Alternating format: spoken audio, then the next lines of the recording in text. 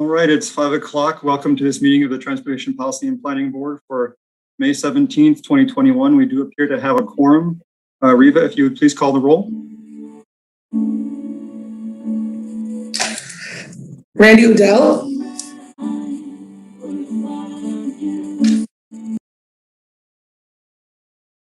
Christopher McCahill. Here. Baltazar Deanda Santana, excuse me.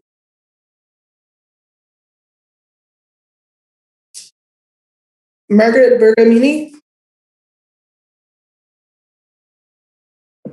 Present.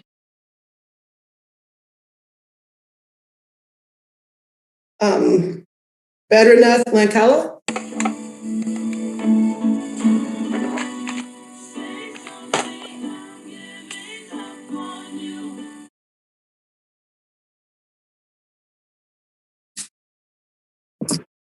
Grant Foster. Here. And Barbara Harrington McKinney. Present.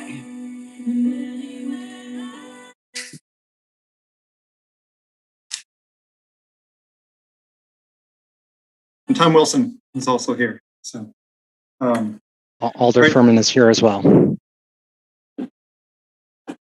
Okay, thank you, Reva. We do have a quorum. Justin, Chair, if you would please. this is Chris. I'm gonna log off for a second to see if I can fix a technical problem. I'll be right back. Okay, thanks, Chris. And then Jesse, if you would proceed with our standard virtual meetings opening statement. Sure. Welcome to our virtual Transportation Policy and Planning Board meeting. If you lose connection at any point during the meeting, you can reconnect by clicking the link or calling the number in your original email. Members, if you are able, please activate your video for the purposes of quorum and keep it on for the duration of the meeting. Staff, if you are able, please activate your video when you are speaking. All panelists, alders, committee members, and staff have the ability to mute and unmute themselves. Panelists can also rename themselves if they want to add pronouns after their name. Please do not alter the naming convention otherwise. Also, please continue to use the raise hand feature when you'd like to be recognized to speak, ask questions, or request a roll call vote. Lowering your hand will take you out of the queue. Members of the public who have registered to speak, the name you entered in Zoom must match the name you entered in registration. You will remain muted until called upon. The clerk will tell you when your time is up. After speaking, a member of the body may ask you a question. If you need to share documentation with the board, please send it to the email listed in today's agenda. Chair, the floor is yours. Thank you, Jesse. All right, first item is approval of minutes from our May 3rd, 2021 meeting. Assuming all members have had a chance to review those minutes if they so chose, is there a motion to approve? Please use the hand raise feature.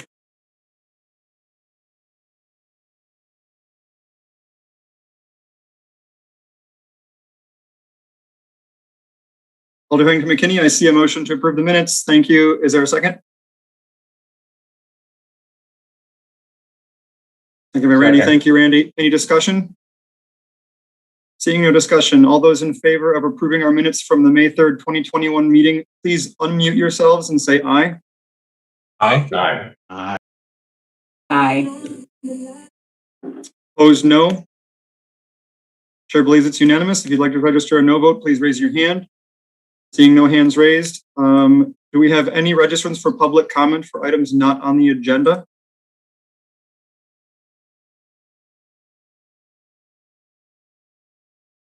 I'm showing that Bob Schaefer is looking to speak, but I believe it's on agenda 1. Okay. Is that item number 2 or item number 1? Because item number 1 would be our public comment before. I believe so, 65498. Okay, that's items not on the agenda. Hi, Bob. If you're with us, you've got 3 minutes. If you're ready, you may begin.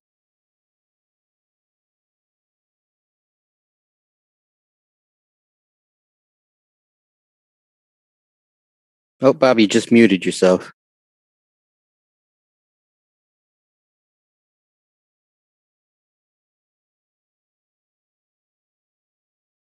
Okay, I think I'm unmuted now. Yep, You there are. you Go go. ahead, Bob. Okay. I sent everybody an email earlier, and I don't know whether you've had a chance to look at it, but a couple questions on there. What is the projected daily BRT ridership, and what data provided it?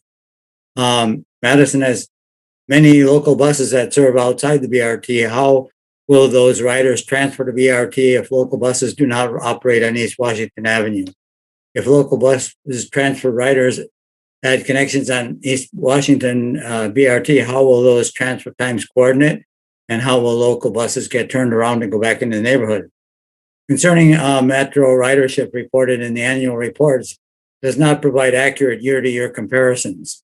2019 Metro ridership was the second lowest of the past 10 years, with a population increase by 26,000.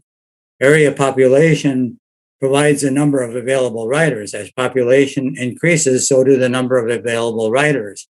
For many years, the 1979 ridership of 13,953,237 was used as a benchmark to exceed, and the population was 171,362. The 2019 ridership was 12,856,541, and the population was 259,680. That ridership was looked at as being an advancement. If comparison to ridership per population or available Madison rider, the ridership would need to be 137,952 to have exceeded the population of 2,000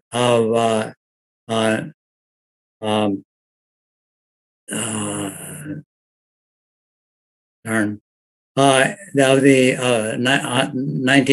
1975 or 79 ridership. So with the also other thing that comes in there is a Metro partner communities, that population would be 360,000, and if the full available riders was taken, our ridership ought to have been 29,363,176. There are that's about a significant loss of ridership if you consider all of that. So I think that one of the things that we need to look for is if we're going to see the BRT be successful, we need to have some data that's going to prove that. Otherwise, we are looking at spending a lot of money and not getting our bang for the buck. And I think that that's about all that I have. Other than I think we need to go back and look at our BRT process, and that the local buses that used to ride on East Washington also provided some of that ridership for BRT. And Mr. Schaefer, that's all the time that you've got. Do you want to wrap up very quickly?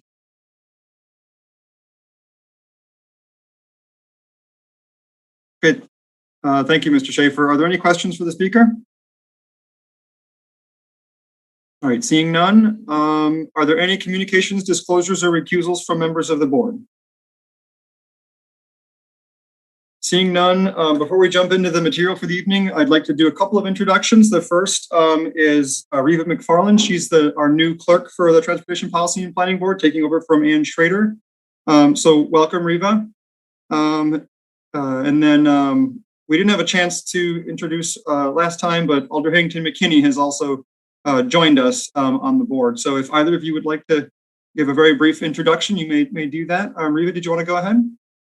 Thank you very much. I've been with Metro now for 8.5 years, and I'm very excited to come on board and help you guys out. Great, thank you so much. We're glad to have you. And then Alder Harrington McKinney. I'd like to just say I'm really excited about being on the board, and hope that I could be a contributor and really looking at the excitement of BRT and looking at it through that what we call equity, inclusion, lens. So I am really excited to be a part of such a phenomenal board. Great. Thank you, Alder Harrington McKinney. We're glad to have you here. All right. Our first item of business for the evening then is Legistar 65260, amending the Hanson Neighborhood Development Plan, a supplement to the City of Madison Comprehensive Plan to provide updated recommendations for the area located along Portage Road between Hanson Road and Loretto Avenue. I'm not sure if I pronounced that correctly, but give it a shot. And It appears we have Jeff Greger here and Urvashi, and I think they'll just provide a summary of this for the board. sounds good. Urvashi, may go ahead, or so you have your hand up, so you can go ahead. Good evening, everyone. Urvashi Martin with the Planning Division, also joined here with Jeff Greger. We are here to present the amendment to the Hanson Road Neighborhood Development Plan. So just a little bit of outline of what we're going to cover in today's presentation, give you a little bit of background on why we're doing this amendment to the Hanson Road Neighborhood Development Plan, and also share the recommendations that we're making through this amendment relating to land use and transportation. So why we're proposing this amendment, the city had received a development proposal for the southeast quadrant of Portage Road and Loretto Avenue, shown in this image here. And that development proposal did not align with the city's adopted Hanson Road Neighborhood Development Plan. So the developer had requested the district alder for an amendment to the Hanson Road NDP, and the alder agreed to sponsor the amendment, and that required staff to look at the plan and the amendment area and make recommendations. So a little bit of background about the Hanson Road Neighborhood Development Plan itself. This plan was adopted back in 2000. The planning area of that Hanson Road NDP is shown on the map on the left, and the amendment area that we're proposing is a portion of that NDP, which is shown in the red outline on the map. So kind of southeast side here. And the map on the right is showing a zoom in to that amendment area, and also the land uses that were recommended in that 2000 plan. So a little bit of background about the amendment area itself. It's bounded by the interstate highway on the east, wetlands and floodplains associated with the west branch of Starkweather Creek on the western side. It's bounded by Hanson Road on the north, and Loretto Avenue here to the south. It's approximately 123 acres, so it's a small portion of the Hanson Road Neighborhood Development Plan, which is over 1,000 acres. And this area is outside the city of Madison. It's within the town of Burke, which is expected to come into the city of Madison no later than October of 2036. And the properties within the amendment area fall within the DeForest Area School District. In terms of environmental features and natural features, there are a lot of environmental features that within this area, especially wetlands, floodplains, hydric soils, particularly the kind of the northwestern side of the amendment area. There's some wooded areas shown on the green on the map, and also some steep topography, so slopes 12% or greater, kind of running to the central portion of the amendment area right here. In terms of land use recommendation, the 2000 Hanson Road Neighborhood Development Plan recommendations are shown on the map here on the left. Most of the southern portion of this amendment area was recommended for lower density residential development through that plan. So like single family development. There was a buffer that was recommended along the interstate as a noise mitigation measure. And the area to the north here was recommended for parks and open space. What we are recommending through this amendment is shown on the map here on the right.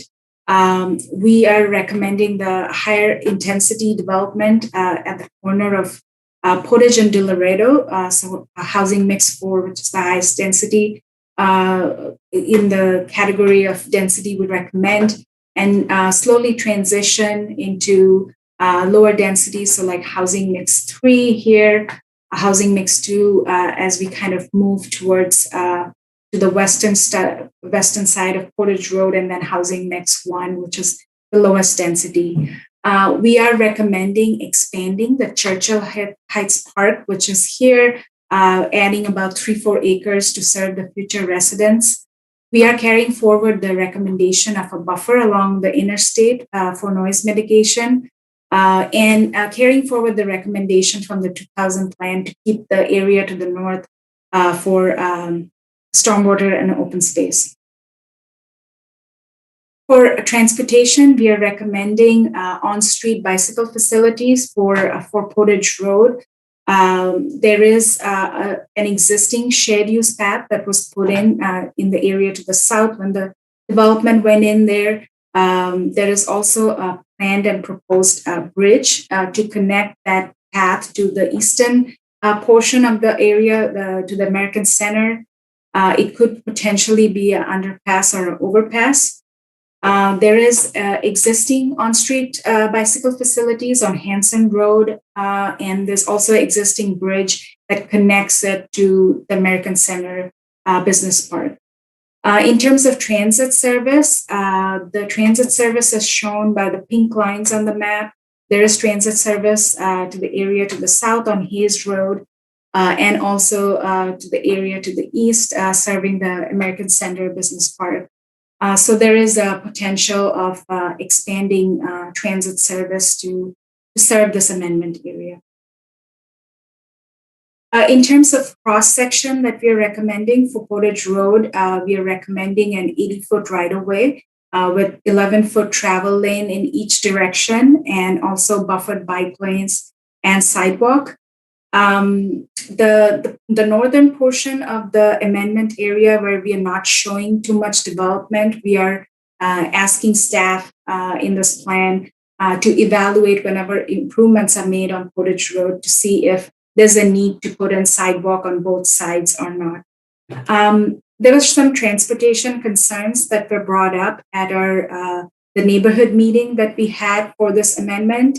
Relating to Portage Road, that there's speeding on Portage Road, and there's also some curves that make it very dangerous for drivers and also bicyclists. So we are recommending some safety measures relating to that in the plan. So like considering reducing the speed limit on Portage Road, or putting in signs to alert drivers of the approaching curbs. Also consider rapid flashing beacon and measures like that to improve the safety of pedestrians. So that's all I have.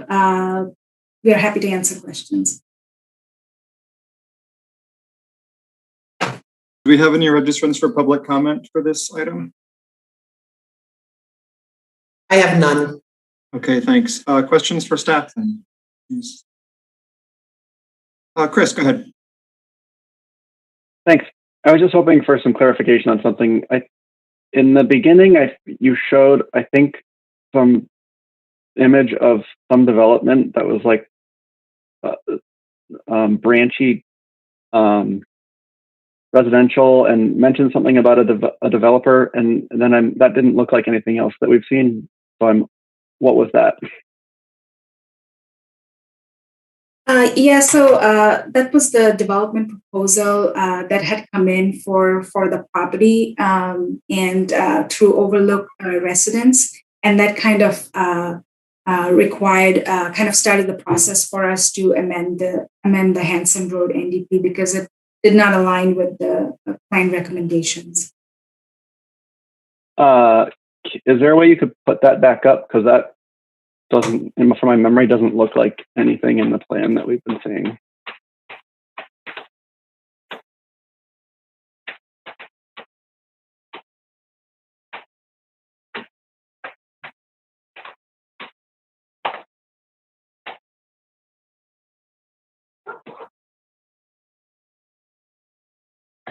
Oh, okay. This is a small portion of that. Okay. Thank you. That's helpful.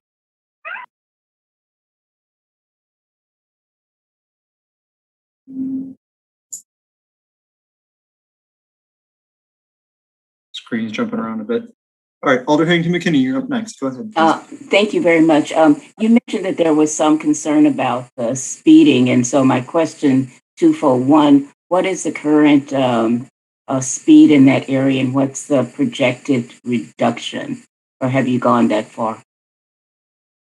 We did talk to the transportation staff and mentioned them the concerns. I believe the speed limit right now is 35 miles per hour. We did mention that to transportation staff and discussed what could be some of the ways of addressing that concern.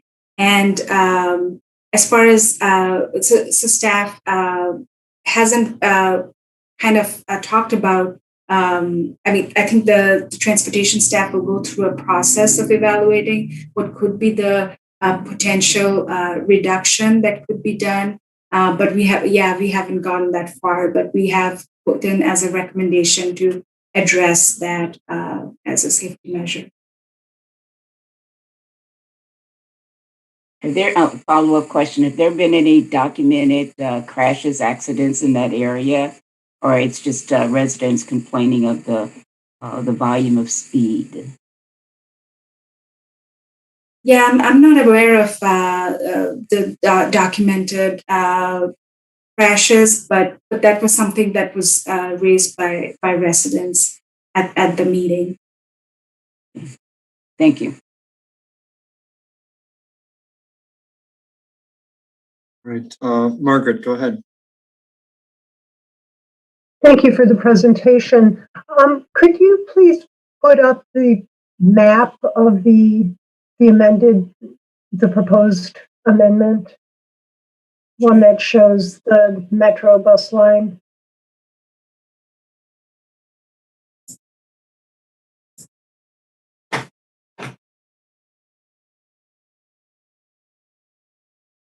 Okay.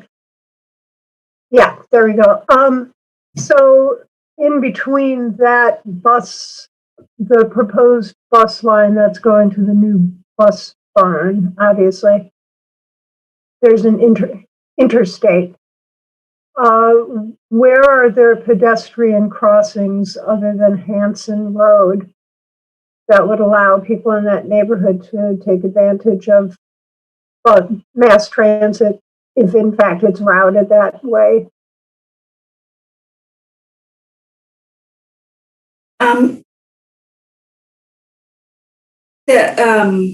I guess the area to the kind of where you're mentioning that's right now it doesn't have residences there. It's mostly open space right now.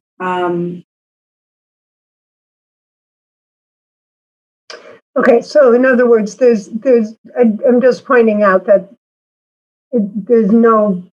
the pedestrian link is quite distant from the proposed bus route, from what I can tell. And do you happen to know?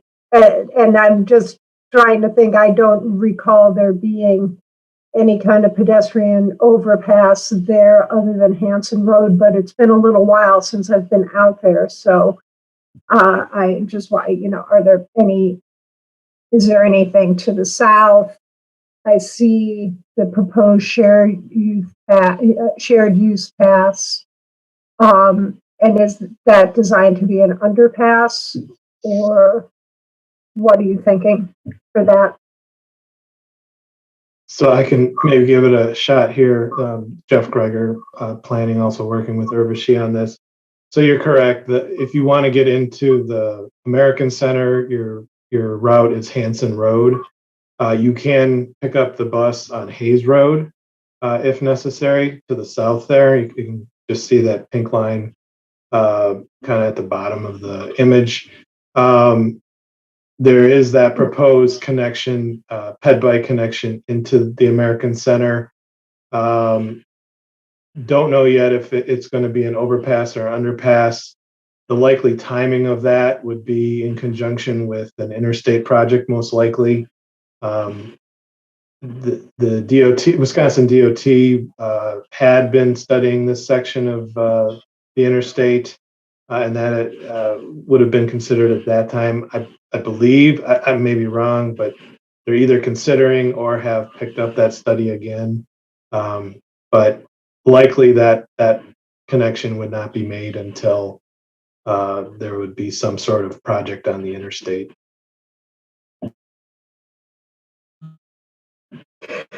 The project has been kind of on again, off again, that study of. I'm not sure if there was a question there. You're kind of breaking up, but yeah, that study's been on and off, given budget constraints of the Wisconsin DOT.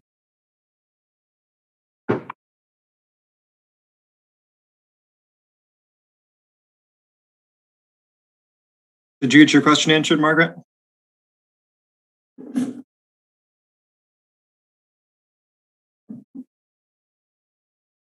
Margaret, can you hear me? They're having issues or is good to go. Okay. Thomas, your hand up, so why don't you go ahead? Yeah, I'm just confirming that the interstate study has started again. If there was a pedestrian crossing, because that's a state facility, they would probably have to initiate that, or we would want them to initiate that.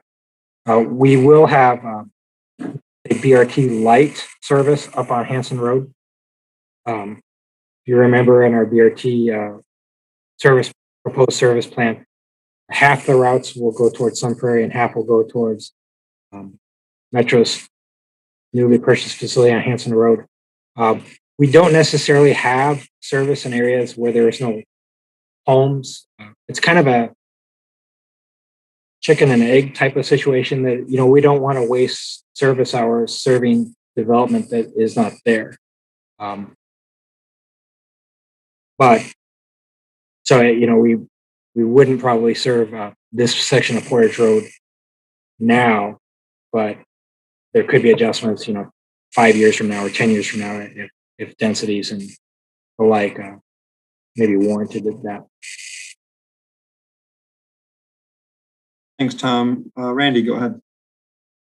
I think Tom answered my question, but with that said, from this same map drawing, I see a number of other proposed on-street biking, proposed share. I don't know, I guess I would have liked to have seen some shared Metro transit routes as well. We are talking about a high number of living units here, and I'm just guessing that this would be revisited at a later date once everything is down. I guess I just wanted to make those comments. And Tom, you did answer my question, but actually, I would like to have seen something maybe as a dotted line showing Metro Transit going up into that area.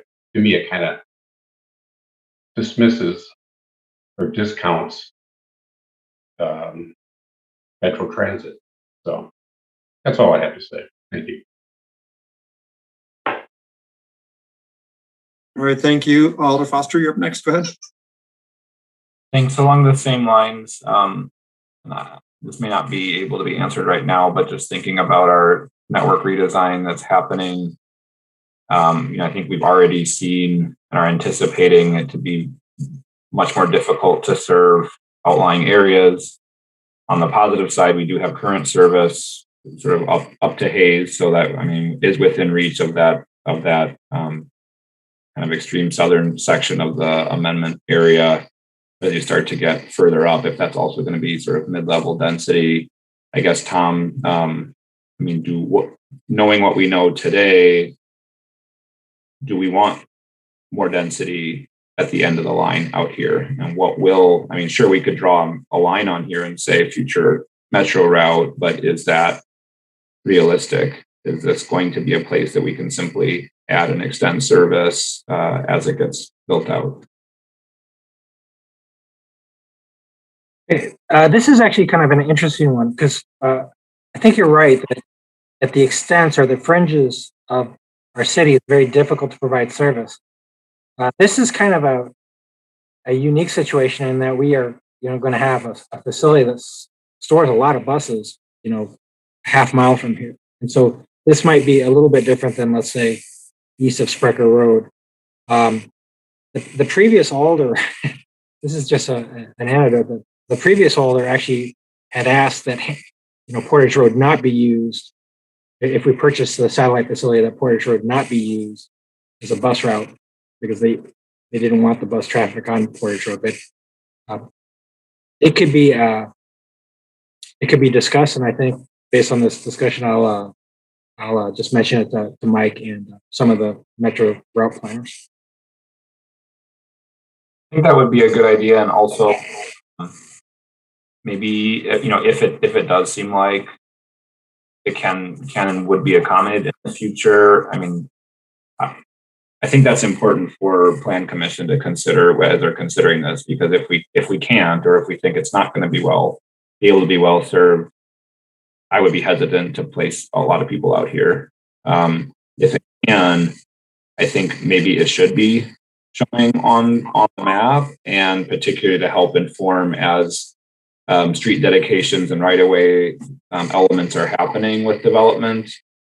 Maybe Metro could help say where they would like to see a bus stop in the future, to be able to carve out some additional right-of-way for stations, et cetera. So I think it is worth maybe digging into that next level. And if it does seem like something we can serve with transit in the future, maybe that should be more intentionally shown on here. My other question was related to sidewalk. It sounded like there's sidewalk on both sides up to a point, and then to be determined further north. Where was the cutoff of where the sort of both sides sidewalk is recommended?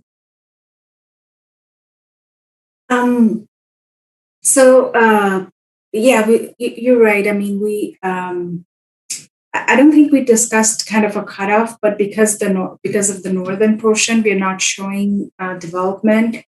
We discussed with transportation staff that whenever improvements are made to Portage Road, it should be evaluated whether or not there should be sidewalks on both sides, or what would be kind of the cutoff point at that time.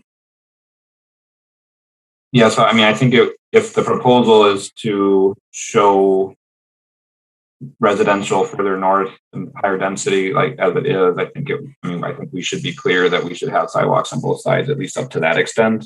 From there connecting off through the green space, but perhaps one-sided, sidewalk or even path might make more sense through there. But I think through the area that's being shown as higher density, I think we should set the expectation that there'll be sidewalks on both sides. And then I think my last comment was just around, I think it was mentioned this is in the DeForest School District. Is that right? Yes. So, that has a lot of implications, many of which are outside the scope of us here at Transportation Policy and Planning, but it certainly will have a big impact on transportation and trips.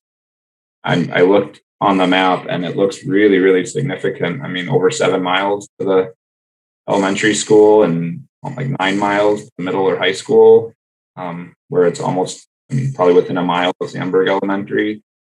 I don't know if there's been any discussions around that. I know there was a recent swap between school districts for sort of the borderlines of MMSD and DeForest school districts, but from a transportation perspective, seems like a really bad idea to have all of those trips going, especially if we're going to have higher and numbers of residents here all traveling with kids 7 to 10 miles a day one way. I don't know if that has been evaluated or discussed at all, but it seems noteworthy.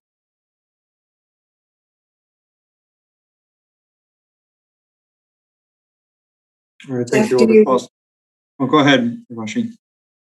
Jeff, do you have anything to add to that? As far as the school district boundaries go, I know this is one of the areas that they just swapped. MMSD and DeForest just swapped areas. So part of this area just went to DeForest as part of that swap for the stuff up near on the north side.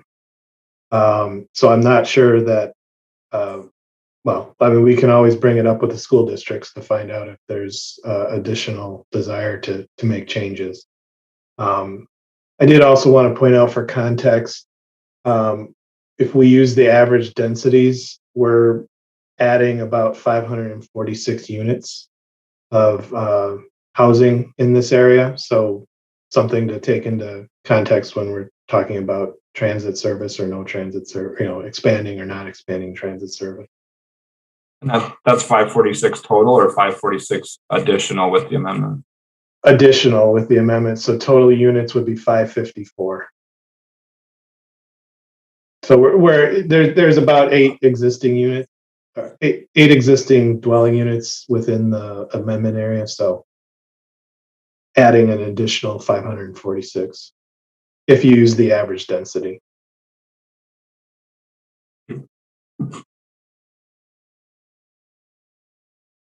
Or any further questions for staff?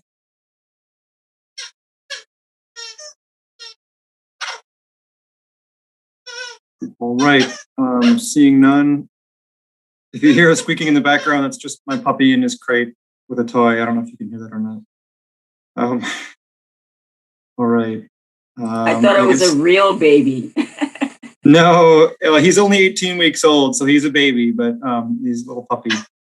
And it's keeping him happy, which is good. All right, then I would look for a motion on the amendment.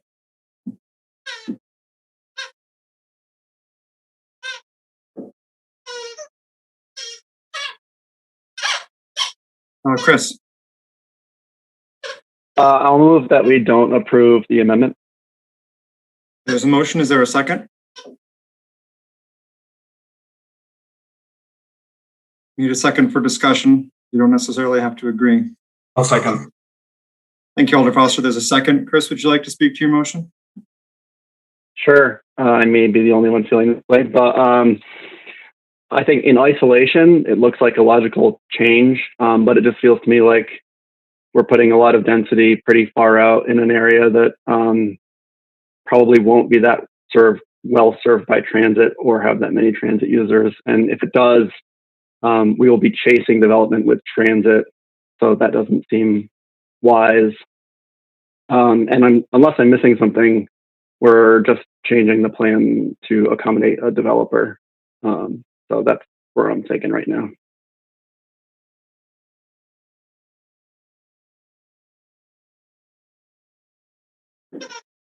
Thank you, Chris. Any further discussion? Alder Foster, go ahead. Yeah, I guess I'm not totally convinced in either direction. I don't know. I guess I would also maybe be willing to refer it to a future meeting so that we could get some of those questions answered, especially around likelihood of metro service. It is close to the new facility, so perhaps it would work that we could serve it fairly well, but without having that answered, it's hard to recommend, as Chris said, adding so much housing out in an area where we know we're really struggling with that in other areas. So, I mean, I think that was the words that we heard from our network consultant. Don't do this anymore. And so this is, I guess we need to answer that question. Is this more of that, or is this different because of its location to the satellite facility? So I guess that could be another alternative for us to consider, is to refer it to a future meeting and get some more info. Thank you, Alder Foster. Alder Harrington McKinney. Thank you very much. I would be leaning toward referring it rather than not voting for it at all, because there is still, and since I'm a new seat on the board, there's still some questions. I love the questions in terms of seeing the dotted line where transit will go, but I would like more information and the potential of density. And so we don't have all that, but I would not want to stop it, because I would want them to come back and show what's so. So I would vote for referring it, but I will not vote against it.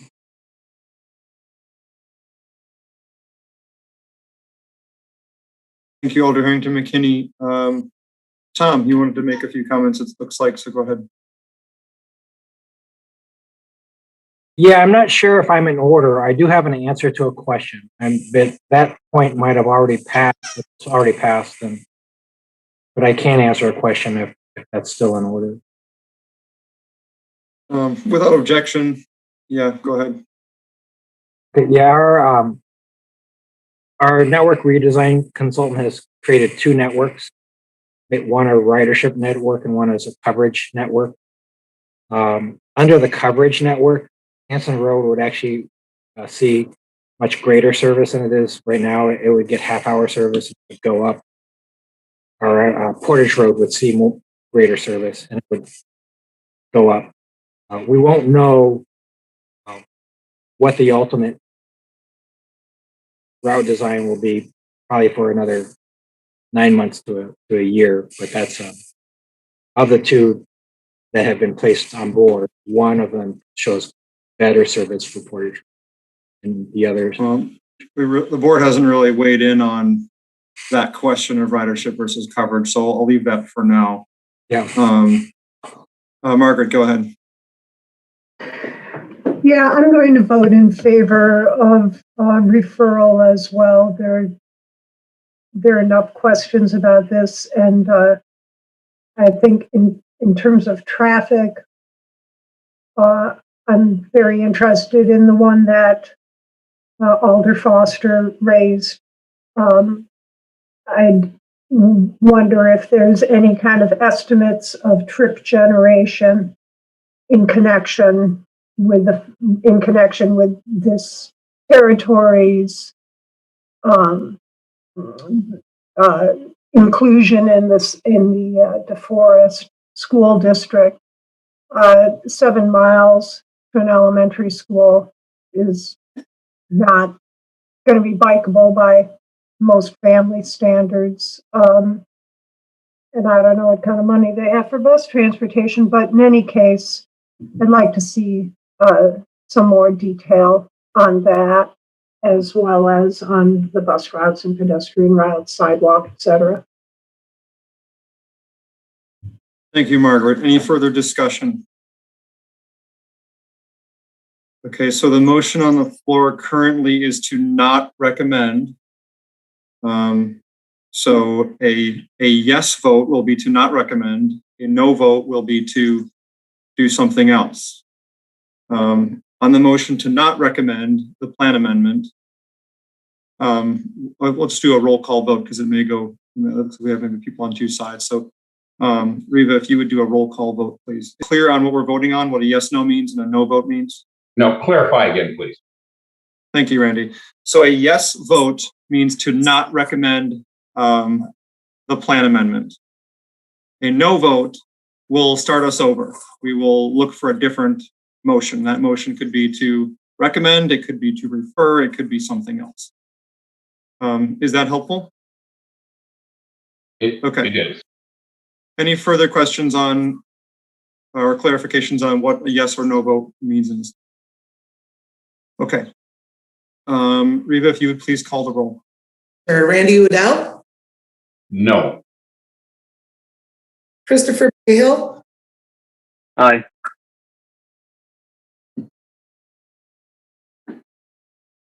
Margaret Bergamini, No. Grant Foster, No. Keith Furman, No. and Barbara Harrington McKinney. No. Okay, that's 5 ayes. I'm sorry, excuse me, that's 1 aye, 5 noes by my count. So the motion fails. Is there another motion, Alder Foster? Move referral to the next TPPB meeting. There is a motion. That meeting is going to be on June 14th, I believe. Is there a second? Looks I'll like Alder second Furman that. or Margaret, you got there first. Okay. Alder Foster, would you like to speak to your motion? Yeah, I mean, I think we've already talked a bit about it, but just I think to be clear, there are a number of questions. So the more information we can get about expected trip generations, I think this question of the school and trips related to school, and then especially the question around availability of or ease of transit access or cost of providing transit access, I guess, will be really helpful to get a better understanding of the impact of the proposed change on our transportation system. Thank you, Alder Foster. Is there any additional discussion? Seeing none, on the motion to refer this item to our June 14th meeting, Reva, would you please call the roll? All right. For roll, Randy Woodell. Aye. Christopher McCampbell. Aye. Tom Wilson. I'm sorry. There won't vote unless there's a second. I sorry. Wrong. All right. Margaret Bergamini. Aye. Grant Foster. Aye. Keith Furman. Aye. And Barbara Harrington McKinney. Aye. All right, that is unanimous. That is then referred to our June 14th meeting. Okay, our next item then is legistar 65500, complete Green Streets preliminary outreach results and analysis. All right. So I am actually going to turn this over to our consultant team who prepared the presentation, but we'll be here to add to that and answer questions as well. So I think, I don't know who's going to start, but I know that Adam maybe from Tool Design, but we also have Annette Miller here and Sonia Heichel can take this. All right, great. Well, good evening, everyone. My name is Adam Wood. I'm with Tool Design here in our Madison office, and I'm joined tonight by Sonia Heichel, who's also with Tool Design, and Annette Miller with Equity by Design. We're excited to be back here with you again this evening to talk about the project. One of the first things you'll note is we have developed a new brand or identity for the project, Let's Talk Street. And Annette's going to talk a little bit more about that and where that came from. But just a reminder, we're talking about complete green streets and the overall engagement effort for this, because of all the things that are going on right now related to transportation, street design, and so forth. We have broadened out the engagement to help inform some of the other initiatives and programs and projects that relate to street design, such as, for example, Vision Zero or other decisions made about the allocation of space on roadways. Quick overview, we're going to talk a little bit about the identity, as I just mentioned, discuss the stage 1 outreach plan that we have, hopefully get a general thumbs up on that. We're going to then get into street stats. We referred to this previously with you as the gap analysis. This is an example of how we're trying throughout this project to be a little less jargony in the way we talk about things and to use a little bit more plain language to help communicate. And then finally, I'll give you an update on the project schedule. So Annette, if you are able to unmute, I'll let you turn it over to you for a few minutes. All right. Thanks so much, Adam. Appreciate it. Good evening, everyone. Annette Miller with Equity by Design. Just a reminder, my role being on this project is to really try to open up our reach into the community, to try and seek out voices that that are difficult to reach, have been historically either underserved or marginalized. And so, you know, the work that I love to do is to try to make good matches between important topics that are happening in the community and making sure that our diverse communities, both racially, ethnically, culturally, linguistically, are aware of these happenings and try to invite them in as many ways as possible to engage and weigh in and offer their cultural insight and observations in terms of how they'd like to see our community grow and thrive. So was really excited to be brought in on this particular project. So as Adam said, one of the things that we were trying to do first is, in order to do good outreach, we want to make sure that this kind of topic, which isn't your normal. We're not asking people, do you want an apple or a banana? We're asking, it's much more complicated and more detail oriented, and it's not an easy answer or question. And so what we wanted to make sure that we did first is we made the topic of even trying to approach people easy to digest and even understand. So we wanted to develop a brand identity that could be very layperson, user friendly, and not intimidating. So we came up with the idea of let's talk streets. And then from there, we wanted to try to make the color blocking and even the design to also amplify the fact that we want to engage and we want to talk to people. And so we used, there are some things that can be thought of as being a little bit universal. And so when we think about social media and call out boxes and things like that, this seemed like a good strategy to sort of enhance the notion that we're talking and we want to communicate. We want to use this brand identity as a way to really extend invitations out to the community, either through surveys or polling, through focus groups, hopefully we can do some in-person walking engagements potentially, but first and foremost, we want to kick off an open house. So we want to use this brand identity as a way to invite people into the conversation. What we like about it is that it offers a lot of flexibility in terms of how we might create a message. This is very user-friendly in terms of how we can sort of use this brand identity to be able to reach out to different people using the different modes of engagement. Adam or Sonia, I don't know if you want to add anything else to the program and brand identity that we're putting forth. No, just to echo everything you said, we're really excited about it. And I think the fact that it is itself an invitation is a really helpful way for us to communicate to people that we really do want to get input. We really want people to become engaged with the project. Okay, great. So pre-design. So as you all recall at our at the last meeting, we wanted to do pre-design because of COVID and because of the other economic and racial pandemics that have been going on. We really don't know where people sit on thinking about engagement or trying to do reach. So we wanted to pull together a small group of community influencers to help us understand what's happening out there. So this is just a summary of what happened. So I don't really want to go through that again.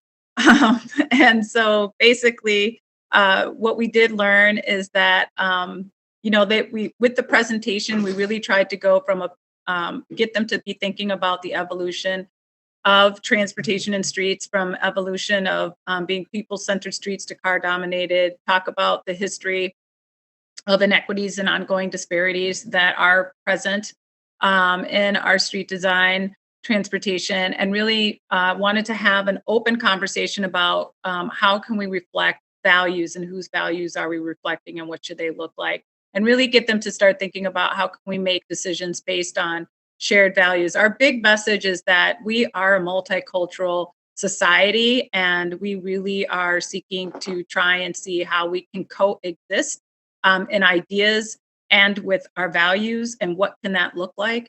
So that's what we saw coming forth in the discussion and dialogue. So there is some skepticism. People do want some accountability. They do acknowledge and agree that the information is technical.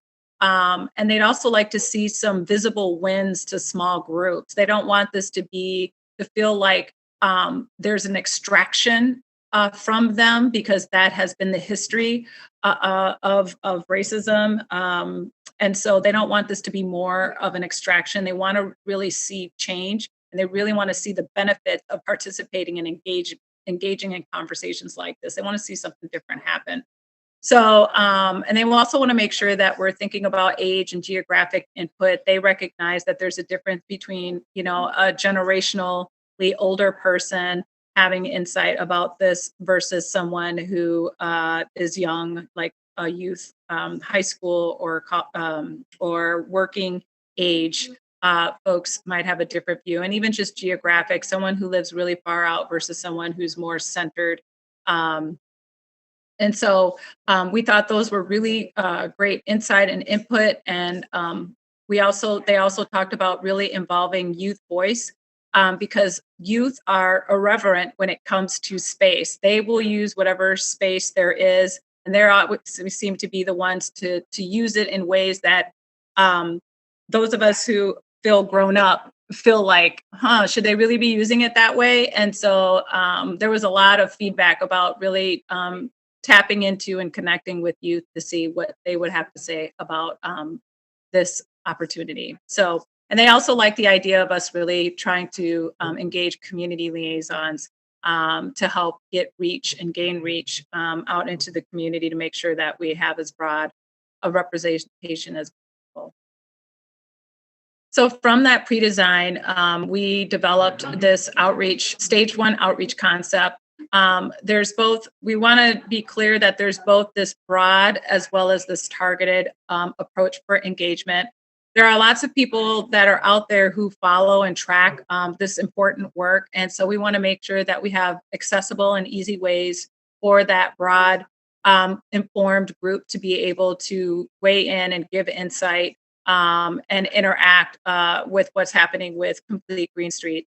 And so setting up a website, making sure that there's an interactive map for people to be able to understand what we're looking at and how is really important. We also want to make it accessible.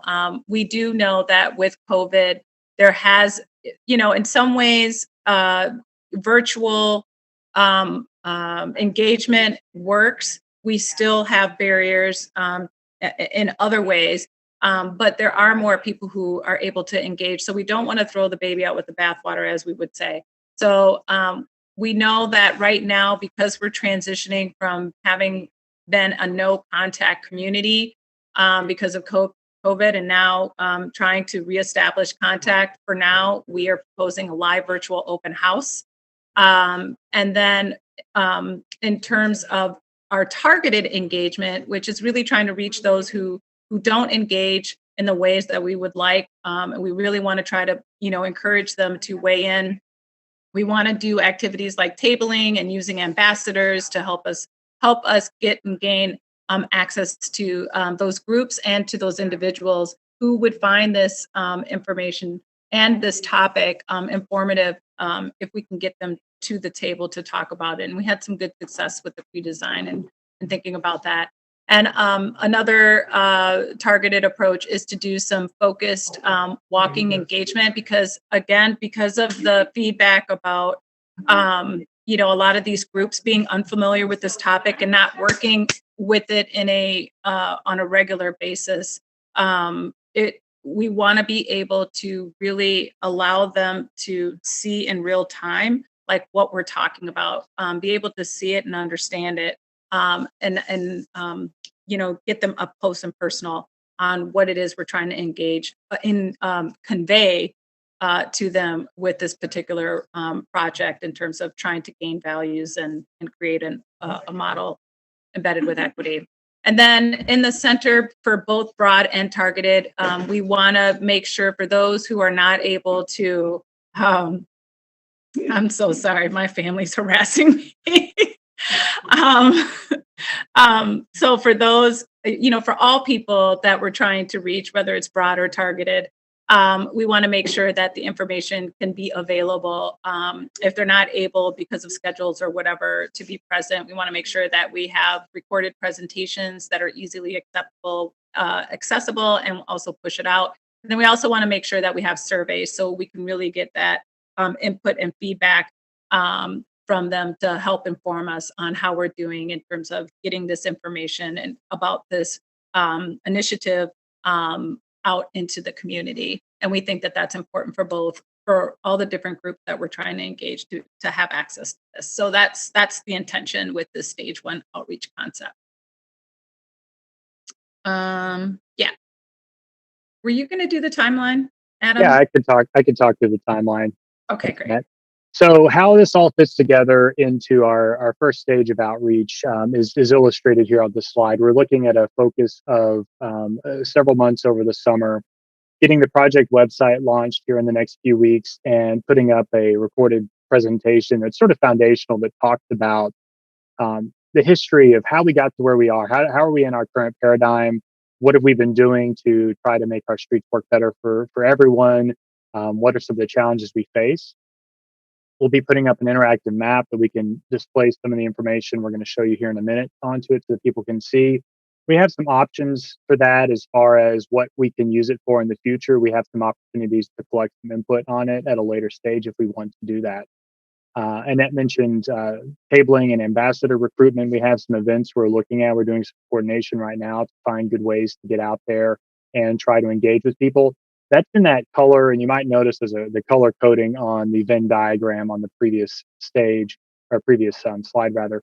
That's in that targeted outreach color coding, and we really want to focus with the tabling exercises and trying to go out into some of those, reach some of the diverse communities that Annette was talking about targeting for prioritization and engagement.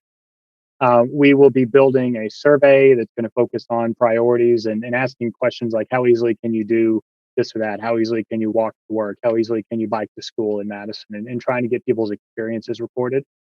And that will get launched in June is our plan at this point. And then as Annette mentioned, the live virtual open house, we're looking at two occurrences of that, one in the evening and one midday. Where people will be able to come and interact. We'll have some breakout sessions. People will be able to learn about complete streets, be able to learn about Vision Zero, being able to learn about some of the other initiatives that are ongoing, and share with us early thoughts and input on how we talk about streets and how we design our streets. So this is the stage one element. We'll be reporting back to you in August is our plan at this point in time.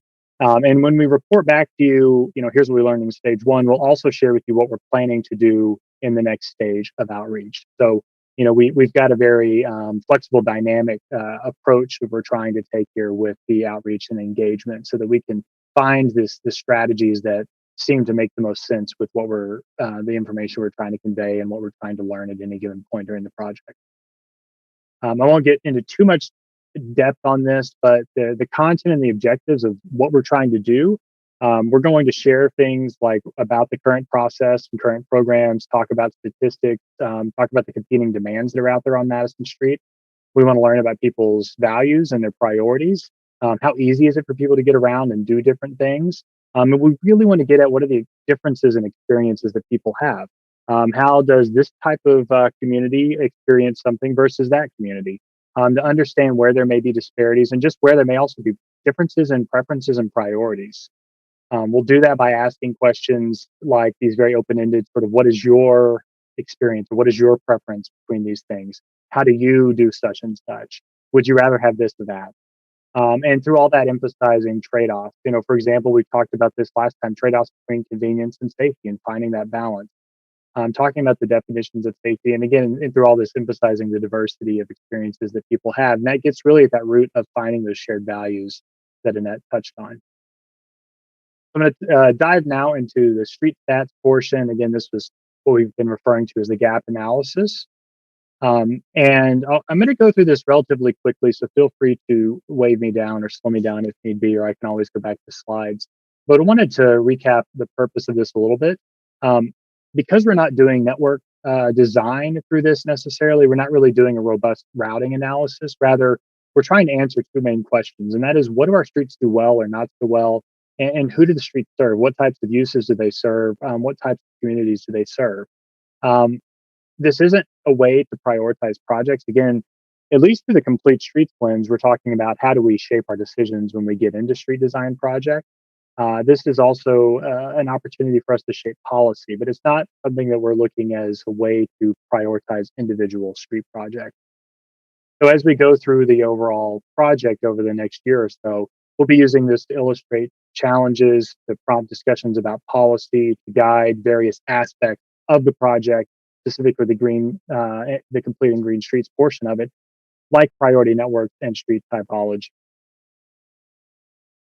We have a number of data inputs, and we'll go through these and you can see how they relate, but we've been able to use existing data from the city MPO, streetlight data, which is collected using Bluetooth information on cell phones, as well as information from Metro. We realize and understand and are fully aware that Metro is currently undergoing its redesign process, and so we're trying to not duplicate those efforts, but rather add some complementary insight into that. We also look at disparities, and I know I touched on this last time, but we're looking at a few things in terms of how close or what sort of access to different races and ethnicities have to aspects of the transportation system. And why we do this is because we know there are disparities in transportation. This chart is a representation of national statistics, but we know just on a nationwide basis, even though the white population is disproportionately larger, they have a disproportionately smaller activity or susceptibility to pedestrian fatalities. The Black population, on the other hand, is especially overly represented in pedestrian fatalities. And so we want to look at, knowing that on a national basis, how does that apply in Madison and what do things look like? So I'm going to start by talking about evaluating pedestrian safety and comfort. I showed these images last time and talked about the fact that there are different ways and different places that people can walk, from sidewalk to shared use paths to, in some cases, low speed and low volume street. But it's really important to keep in mind the different uses and the different types of users and so forth. These kids on tricycles may not be okay on some of the streets and frankly on some of the paths in Madison with a lot of very high volume of bike traffic. We also need to think about the context. What do conditions look like in the winter? And how does this affect people that are using mobility devices, wheelchairs and walkers and whatnot? So we start off by looking at streets that don't have sidewalks. This is a map of streets or of sidewalks missing in residential areas and as well as a lot of industrial areas across the city. The reason why this is important is because it's pretty well documented by the Federal Highway Administration that simply having sidewalks on a street can reduce pedestrian crashes by 88%. So it's a really important piece of infrastructure to have out there on the roadways. We look at pedestrian volumes. This is again using that streetlight data. This is anonymous location information that's collected. It's one of those examples of quote unquote big data. This looks at the intersections of collector and arterial streets that have the highest volumes of pedestrian activity. Downtown and campus are unsurprisingly pretty high, but you'll also see a lot of areas of high activity around East Town Mall, East Washington, West Town Mall, Mineral Point, Gammon Road, over in those areas. So there's a lot of walking activity that happens in places that aren't necessarily what we would think of as the most walkable places. And then there are places like South Park Street that are increasingly seeing development. They're becoming more walkable, but they have very high levels of both walking activity as well as pretty high levels of motor vehicle traffic. There is a map, there's data about sidewalk priorities, the tier 1 sidewalk priorities on streets that don't have a sidewalk on either one or both sides. We map this over a map of racial distribution in the city and see a disproportionate number of tier 1 priorities in areas that have higher levels or higher numbers of people of color living in those communities. If we lay those high volume intersections on top of the high injury network, we see a lot of correlations, especially in the downtown campus area, East Washington, I mentioned earlier, Mineral Point area. And so this is telling us that we have places where there's a lot of walking activity, but there are also streets that have a pretty high number of crashes occur along them. And so you can see this is starting to show us where maybe there are some potential gaps in the system, some places where pedestrian safety could be improved through some changes to how we approach our excuse me, how we design our streets, how we think about them. I'm going to shift gears to bicycling level and comfort a little bit and talk about level of traffic stress. I know we touched on this last time. The LTS levels 1 through 4 represent the overall level of stress and comfort, with LTS 1 being the most comfortable, lowest stress, and LTS 4 being the least comfortable or highest stress. We've mapped this out using existing data from MPO. The MPO is currently in the process of updating this analysis. You can see quite a few green and blue streets, which represent the lower stress end of the spectrums. In fact, the majority of streets in the city are low stress. The challenge is that those streets don't always connect to each other. They don't always create good continuous connection. Where we have streets that sometimes make the only connection, they can often be higher stress. And so you can look around on this and see Fish Hatchery Road, for example, being an important connection that shows up as higher stress. Portions of Packers and Northport show up as being higher stress. Again, out in Mineral Point area, there are places that come up as higher stress. So it's important that we look at this because on the one part of the philosophy here is that any street that you can use driving, you might want to bike there to get to those destinations that exist along that street. And so we might want to look at this from that perspective of every street needing to have a degree of bike friendliness. If we look at it based on the bike network that's in the cities and in Dane County's bike plan, we can see some similar types of issues, however. So this shows the lines on this map are showing just what is in the bike network itself. The blue lines are lower stress and the red lines are higher stress. So we see quite a few of the segments of the bike network coming across as higher stress based on that level of traffic stress analysis. Merging that or overlaying that with bike volumes, again, this is from that cell phone based data. We can start to see that some of the streets that have the highest bike volumes actually have higher levels of traffic stress as well. Now, I will pause here and again restate that this is based on volumes along collector and arterial streets. It does not include bike volumes on paths. It doesn't have the Southwest Path on it, Cap City Trail, for example. But you will see some places like East Washington, portions of Johnson and Gorham have very high traffic, very high bike volumes, but they come up as places with higher stress for people biking. So a lot of considerations we need to have there as we look through how well our streets serve people biking and walking. I'm now going to turn it over to Sonia to talk for a few minutes about how we're looking at transit and how we're looking at motor vehicle traffic. Sonia? Yeah, so we took the transit data from the city's website to map the average time between all the buses on each street segment. That includes all the different routes that run over the street. So the areas that show up in dark on this map have many more buses per hour than those that show up in that goldish yellow color. And so transit should be prioritized on these streets. And of course, the Metro Transit redesign project is likely going to change how frequently buses run along some of the streets, especially those streets that show up, that are near the transfer points right now. Those show up in dark plum, and that will likely go away. I also just wanted to point out that a couple things, which is that a lot of the routes that are in that gold are special routes that only run several times a day, in case you're wondering what those are.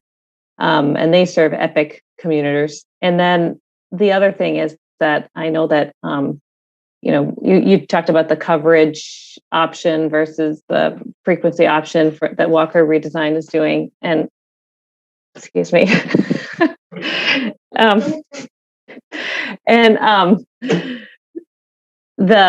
know that, for example, East Wash is going to likely see a lot more, service per hour. So these are just sort of temporary maps that we're using kind of as placeholders as we think about, what might be a transit street and what wouldn't be a transit street.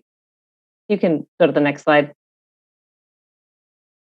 So again, overlaying those streets on that racial dot map as we think about equity, because one of the things that I'm sure has come up also in that transit redesign is that streets that might not have much transit service still might be priorities for transit because they serve people who are more dependent on it. So some areas that have middling transit service like Park Street and Fish Hatchery Road or Raymond Road and up by Troy Drive or Northport, those streets may deserve they may deserve a design that prioritizes transit because many people of color or people who are in generational poverty who depend on transit live in those areas. So just something to keep in mind as we go forward. And then we're also looking at speed limits. I know this is an issue that TPPB is interested in because, of course, as you get above 25 and 30 miles per hour, the likelihood of pedestrian fatalities increases exponentially. So just looking, at where we're at right now, this shows in green the areas that would be conducive to pedestrian safety, and then in pink and purple or plum, the areas where pedestrian safety would be impacted. And of course, a lot of those areas out on the outskirts of town where there are high pedestrian volumes maybe have speeds that are too high to support that. But of course, we know not everyone follows the speed limit. So we were able to take the data from Streetlight that was given to us by the MPO for some corridors. This isn't all the corridors on the city, but just the main corridors that they get from Streetlight. So we were able to see the average speeds of people, including while they're stopped at stoplights, and slowing at red lights and accelerating. Again, with that 25 miles per hour or less in green, 26 to 35 in pink, and then 36 and over in that red. I wanted to point out that, like, for example, Johnson and Gorham are in green and East Washington is in green. Someone could be driving on those and hitting speeds of 37 miles per hour between the stoplights, but then they could be stopping at the stoplights, and they might only average like a speed of 24 miles per hour. So just a caveat there. And we were able to use some data provided to us by the MPO to see where the parts of town that are these major street arterials that are congested. So what we're doing is on this map is showing the morning peak, and that's 7 a.m. to 9 a.m. So these are average. This shows the average free flow factor for that 2-hour time period in the morning. This is the second worst part of the day. And basically, for that free flow factor, we're showing where, in red, where severe congestion or where the travel speeds during that peak hour are about 65% or less of the free flow speeds, which is what we've defined as severe congestion according to federal high guidance. Now, speeding during the off-peak may make this look worse. So people not following the speed limits during the off-peak may actually make this worse because they're showing up as being much lower. The other thing that I wanted to point out is that Madison's peaks are quite peaky, and we haven't quite processed that data yet from the MPO, but we may have information about, just those, how the 15 or 30 minutes that actually are congested during this 2-hour time period. So we also mapped the PM peak, which is Madison's worst period of congestion. And I just wanted to point out that a lot of these streets with moderate or severe congestion tend to be high transit streets. So again, when we're thinking about streets to prioritize transit, these streets that are congested, that are high transit streets, would naturally show up as streets where we should really think about facilitating faster transit speeds. And I'll pass it back to Adam for this final slide. Thank you, Sonia. So the last thing I'm going to show you on the street stats portion of the presentation, and we're nearly done overall, is this look at statistics. We took several of these pieces of data and compared it with the distribution of people by race and ethnicity in the city to see where disparities may exist between various factors. And as you can hopefully see on this slide through the color coding, several disparities do exist. The degrees vary a bit from one to another. When we look at the percent of people living close to the high injury network, that's again where the majority of crashes are likely to happen. You can see that the Black or African American population 66% of that population lives close to the high entry network, compared with only 57% of the white population or 58% of the total population. You can also see that the Hispanic and Native American populations are similarly disproportionately represented, as are people that identified as being by other race. Looking at people that are within proximity of a priority missing sidewalk segment, we see similar type of disparities. When we look at the percentage of people living close to that high frequency transit network, things kind of go the other way. If you are a Native American or Black in Madison, you're far less likely to live near high frequency transit than if you are white or someone of another race. And then finally, it was difficult for us to find our ideal way of looking at this from a perspective of biking, because practically all of the neighborhood streets come across as low stress. So we thought it would make sense to look at the regional bike path network and see where those disparities may exist. And things here are a little bit different, with the Native American and Asian population being the two that are disproportionately lower than the overall population of approximately 20%. And this is all interesting and important information for us to keep in mind as we're looking at streets, as we're looking at how we approach street design, as we're looking at how we prioritize different things in different neighborhoods, whose values we talk about, whose input is considered in the conversation. So the last thing I'm going to show you is just an update on the project timeline. We are in May right now, so we're in that second column. We are working through completing our street stats or gap analysis task, and we have completed our outreach pre-design effort. Tonight, we're presenting this information to you to receive any comments and hopefully get a thumbs up to proceed with our stage 1 outreach, which will begin in June. We're going to be talking about all the things we hit on this evening through those varieties of methods, open house, virtual open house, website, so forth. We're looking at the dates of June 15th and 16th for holding those. And when we come back to you in July, we will be, we'll be coming back to you in July with just a brief project update. And talk to you about our stage 2 outreach plan. And then in August is when we'll tell you about the findings, what we learned during the stage 1 outreach effort.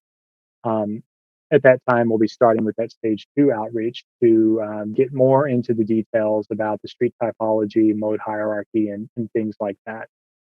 There's been a few changes in this near-term portion of the schedule, but we're still on track for completing the project on time around spring of 2022. So that's the end of our presentation. We'd be happy to answer any questions, go back to any slides or whatnot. But otherwise, thank you for your time this evening. Thank you. Do we have any registrants for public comment for this item?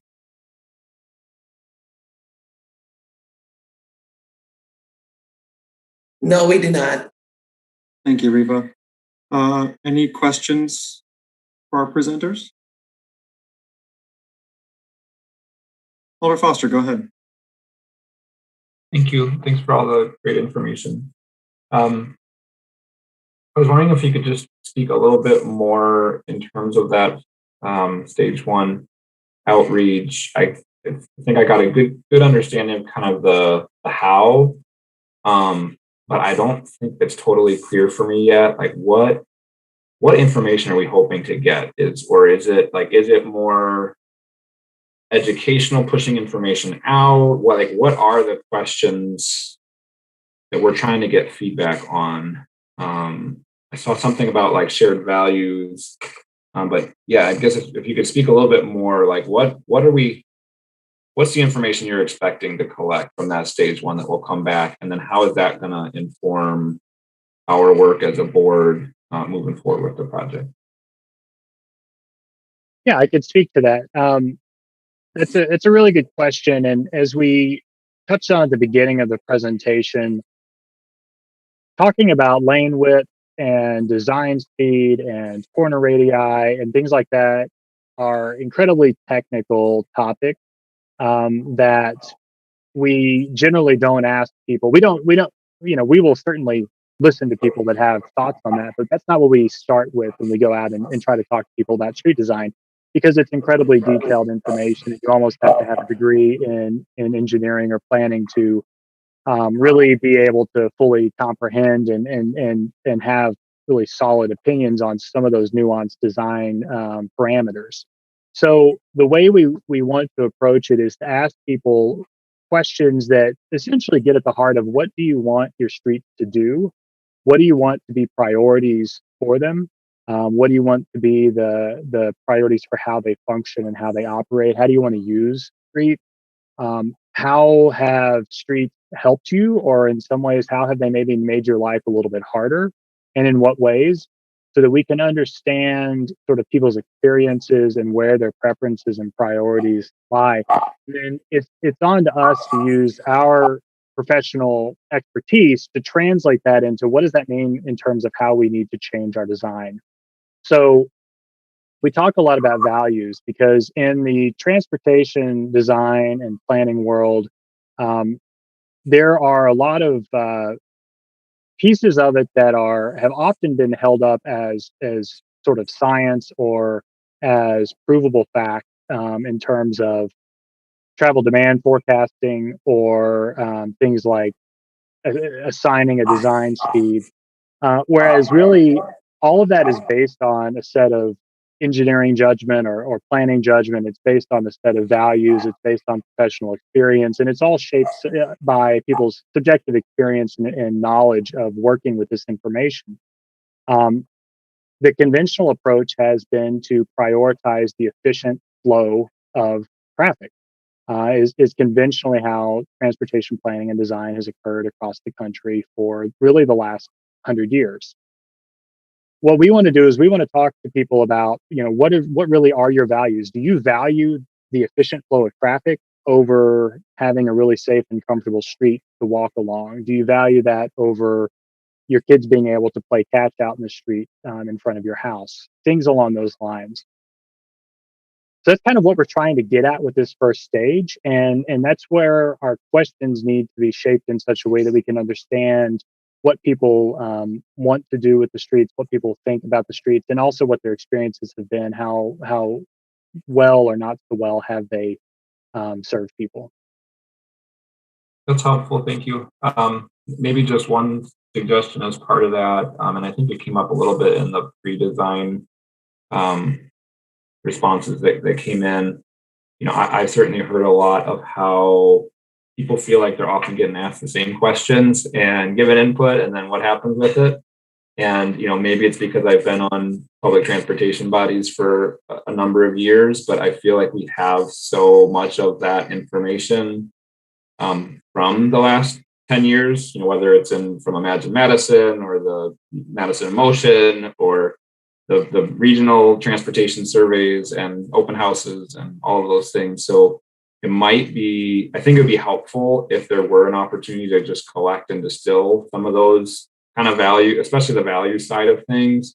And I don't know if you don't want to shape the feedback that you're getting, but also just if you're going out to folks, I think sometimes it feels people are hesitant to engage if they feel like this is just another survey where you're at. Like, I filled these out 100 times. So perhaps if there were a way to kind of come to people, both in survey and other venues, saying, hey, here's what we've heard in the past, either validate it or tell us what we're missing. It might be helpful to try and incorporate that in there.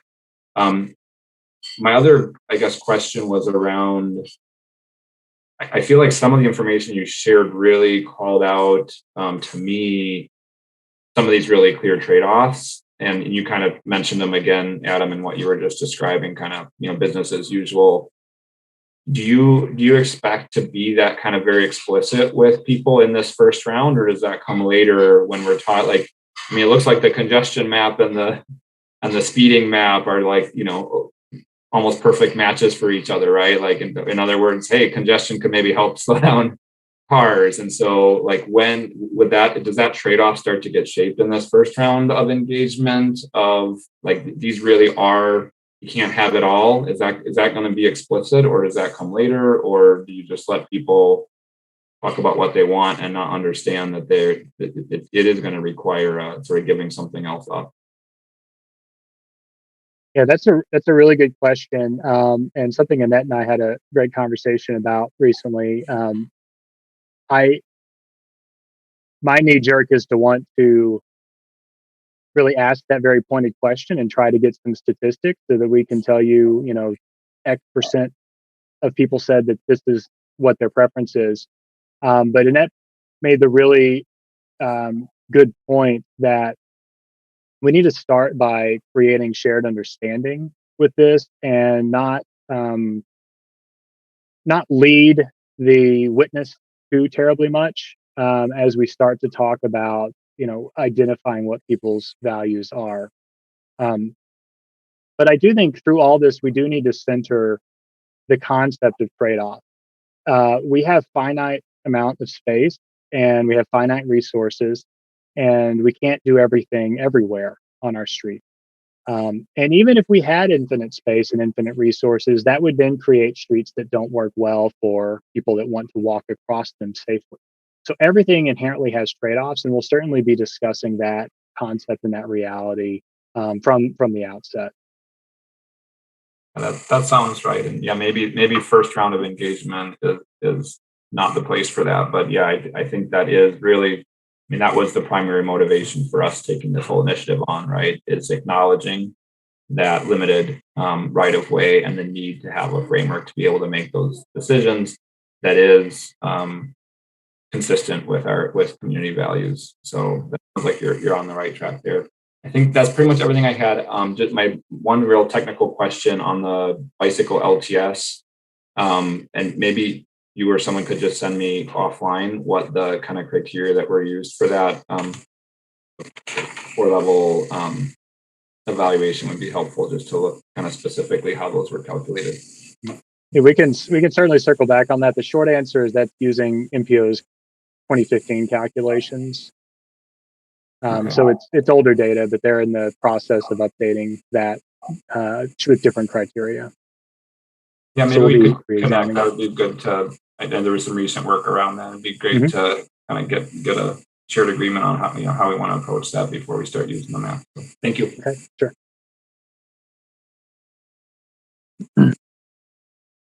All right, Alder Harrington McKinney.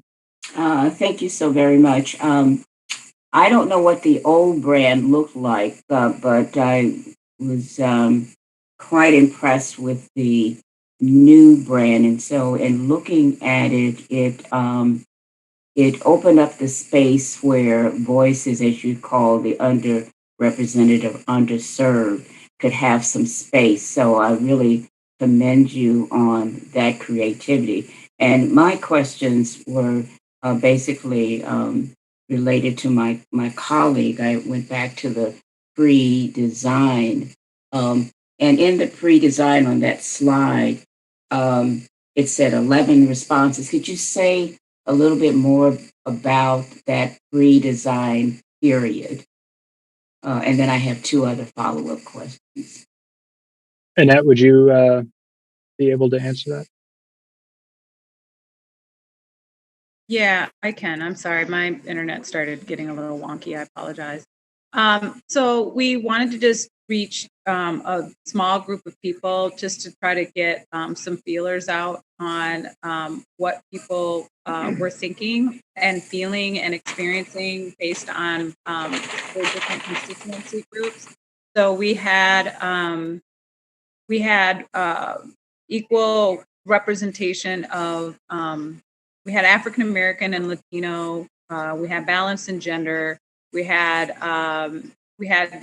non-English speaking as well as English speaking. We had age diversity in there as well. And really, what we were trying to do is just get a feel for what we needed to know about what the state of the community is in terms of trying to reach out, and especially on this topic, like how easy or difficult it would be, how easy or difficult is it to sort of understand our intentions around doing this engagement. And so that was how they were giving us feedback. So they were talking to us about the fact that we should, look to using community liaisons. We should look to involve youth. We should think about making sure that our purpose and the impact of what this work can do is very clear and easy to digest as we go out and talk about, this initiative of Let's Talk Street.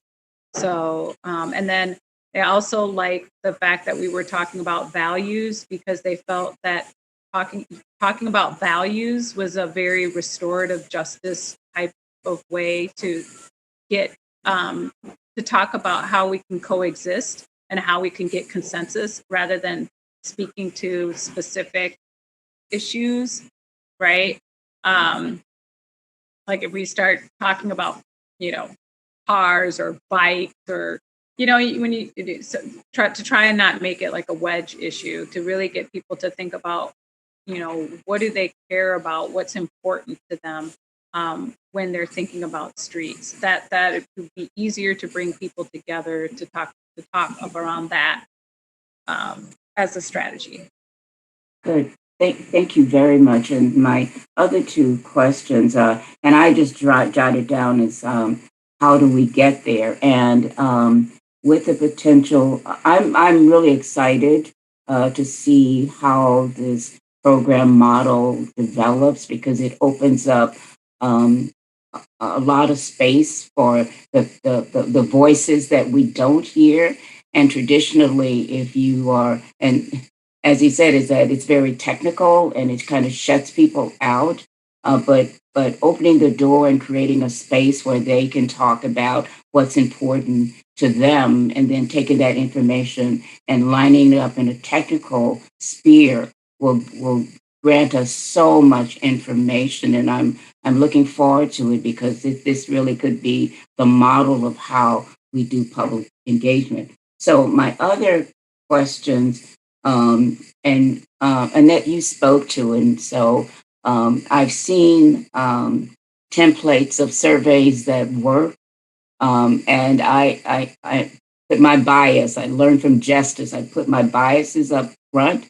I've seen surveys that did not work, and I can understand how respondents said, "Okay, this is the same information asked a different way, and I'm shutting it out." And so I'm just hoping that the template that you will be using for the survey will take all of that into consideration. I know that there is no template that you have for us thus far, but I really want to see the piece in terms of the survey.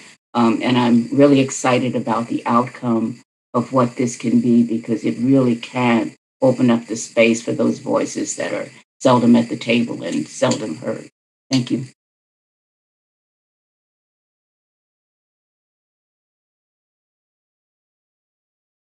Thank you, Alder. Are there any further questions for our presenters? Any comments or feedback? So I guess just high level, the reason this is here is to provide us a touch point so we can sort of see how things are progressing and to provide feedback, direction, and to affect the outcome. Again, the intent is that we not see things when they're fully baked. We can see them part way so we can affect the direction. So Alder Harrington McKinney, your hand is up. I think it may have been up from before. Okay, Alder Foster, you're up next. Go ahead. Thanks. Just one last comment. Yeah, I mean, I think everything's great. Looks good. I'm excited to get the feedback in July. One thing that might be helpful, just thinking about our role as the Policy and Planning Board with this initiative, if it's possible, maybe we could have some questions framed for us at that July meeting, both sort of hearing the feedback that was received from the public, but then also starting to tee some things up for us, because I anticipate that generating some questions on our end that might then sort of help inform the next round of engagement as well. So I think it's great to just know like things are underway, but it'd be great to have that opportunity to help also inform the kinds of, the questions that we're having and where we'd like to get some insights from public. So maybe that would be possible at the July discussion. Thank you, Alder Foster. We also have Ann Kovich here from the Transportation Commission. Ann, so if you wanted to ask a question, you're welcome to do so. And because this is an action item, as long as there's not an objection, I do have a brief comment. I would suggest, actually, let Ann go first. Ann, go ahead. Thank you. I just wanted to remind folks that July 19th Transportation Policy and Planning Board is going to be a joint meeting with the Transportation Commission. So it'll be a great opportunity for the TC to be here to hear the update and potentially offer some updates as well, or some feedback as well. Thanks, Thank you. Chair Kovich. Thank you. So my comment was, my recommendation is that it's great, it's excellent that we're checking in with different kinds of people, but I think we should also maybe look at people who live on streets that have geometries that are different than normal. And I'll use, and board members have heard me say it before, but I'll use my own street as an example. So I live on Rodney Court, and it's on the image we saw today of streets that don't have sidewalks. So it's in red there. But it was rebuilt 10 years ago, again, without sidewalks. And it happens to be the place where the kids in my neighborhood congregate to play, where they learn to ride their bikes, and it's covered in chalk. And the reason that's the case is that it is 18 feet curb face to curb face, and its posted speed limit is 15 miles an hour. So I would suggest that soliciting feedback from parts of the city where streets are a little bit different for one reason or another. In this case, it's just simply how the neighborhood was built. The houses are very close. It could be useful as well. All right. If there are no further comments or questions, we will move on to legistar 65501, draft Department of Transportation capital projects. I'll give a summary of what we'll be submitting for our capital costs.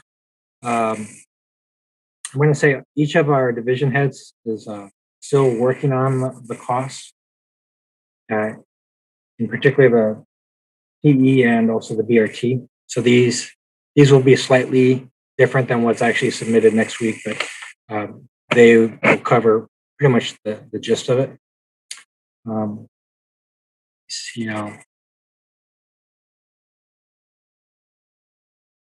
Share this, and then I'll just run the slideshow.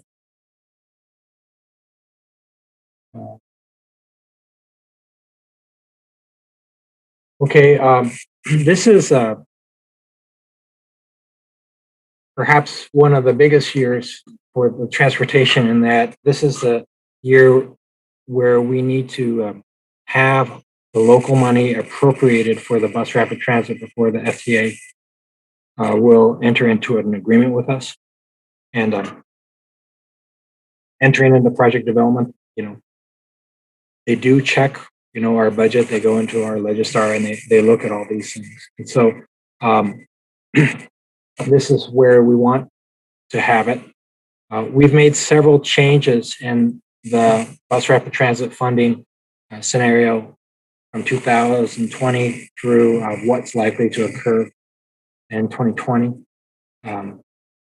In 2020, we did have it in the SIP, and the total cost was right around 130 million, of which there'd be about 31 million in city borrowing and 96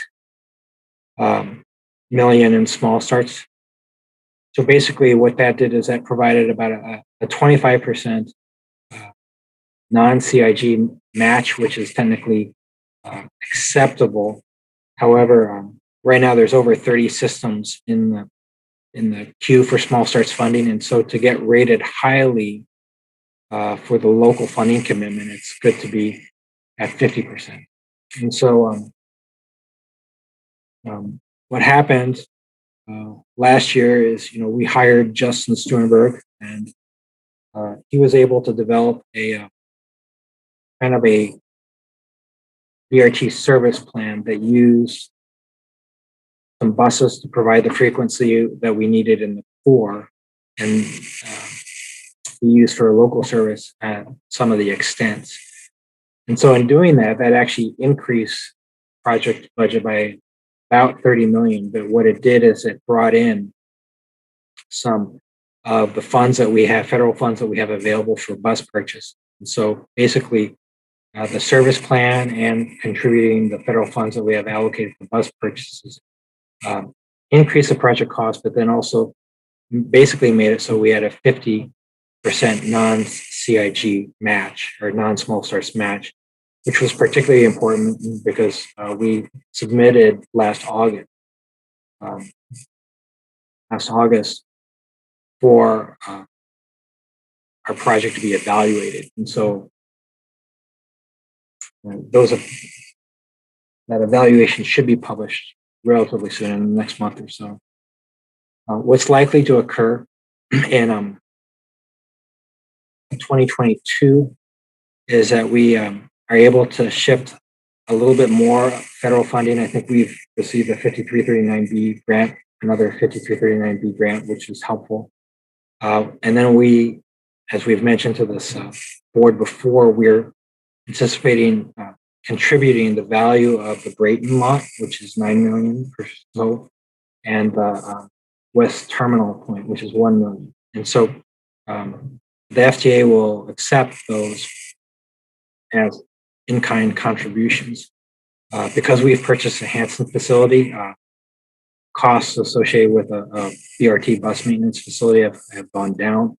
So we've kind of rebalanced. We're still at about 160 million.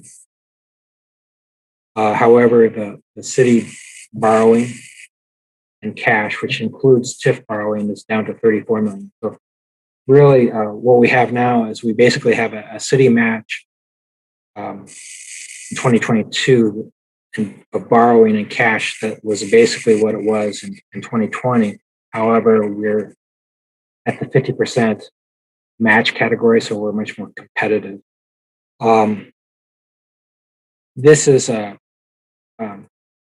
is kind of what it looked like in 2021, the different types of funding that went into it. The green represents federal, white is state, and then the blue represents different ways the city was contributing. In 2022, you can see that we're putting some rescue funds in there. And then I'll explain that a little bit later. And then we're also contributing the value of the Junction Road lot, or the Junction Road West Terminal, and then the Brayton lot. If I do a little bit of focus there, what we're doing is that the rescue funds generally, for the most part, will be used to replace lost fare revenue that we expect will continue until the year 2024. However, we can also use some of those funds to make our system more operationally fit, you might say, decrease our operational costs, which is an important long-term goal for Metro Transit. And so we're proposing to use a portion of the rescue funds to make operational improvements to our system that will decrease our operating costs, so that our structural deficit from the year 2025 on is less. We plan to do that primarily with local projects, and so what we'll do is we're kind of putting the rescue funds in the BRT project, and then using the funds that ordinarily would have been used within the BRT for local projects. Now, examples of this is, I think Alder Foster, you were involved in some of the network redesign summaries, but when we redesign our network, there will be some capital improvements that we'll have to do, perhaps some intersection improvements and the like, to accommodate that. And so those funds will be available for some of that. But it'll be non-federalized, which means that, there'll be funds that do not require, lengthy environmental documents and historical evaluations. I also want to point out the East Washington bike mitigation. We've been interacting with Tool back and forth, and we're still in that process of how do we shore up bike facilities and parallel routes to East Washington. Because in the morning for 2 to 3 hours, there'll be no bike facilities on East Washington and inbound for a portion of East Washington. And then in the evening, probably from 4 to 6 or something, so that there may be no bike facilities on the outbound. And so there's going to be a diminished, well, somewhat diminished. There's different ways of looking at it, because off-peak it may be better, but we wanted to address some of those shortcomings. And so some concepts that we're looking at include these parallel and off corridor improvements.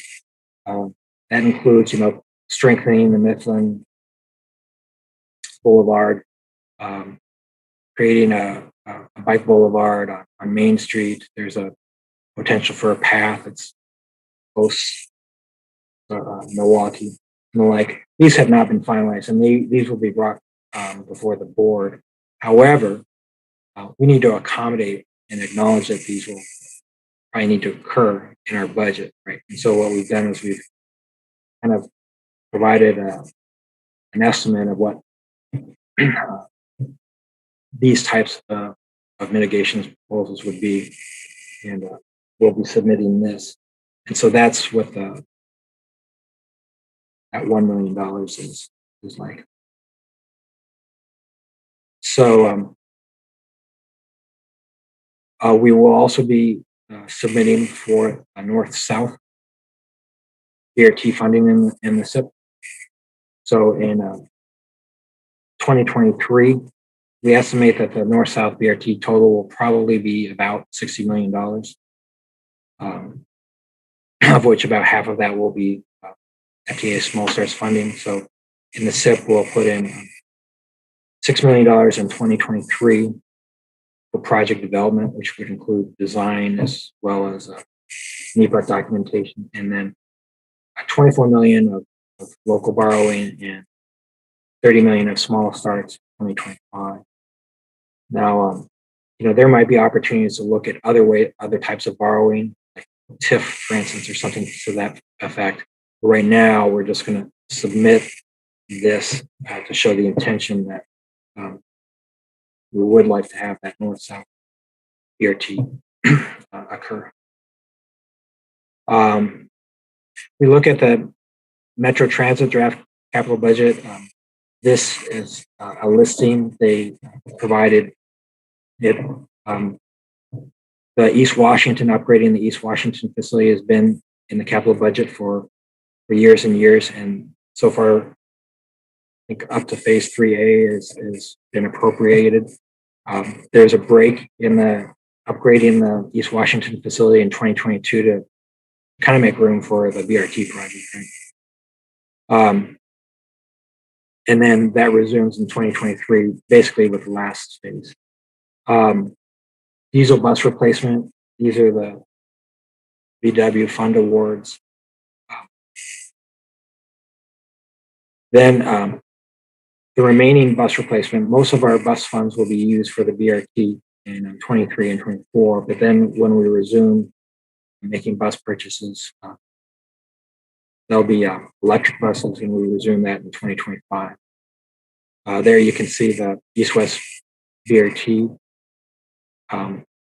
where we put that in 2022. The North-South BRT, 6 million and 54 million. The transit improvements, I discussed that. Right there.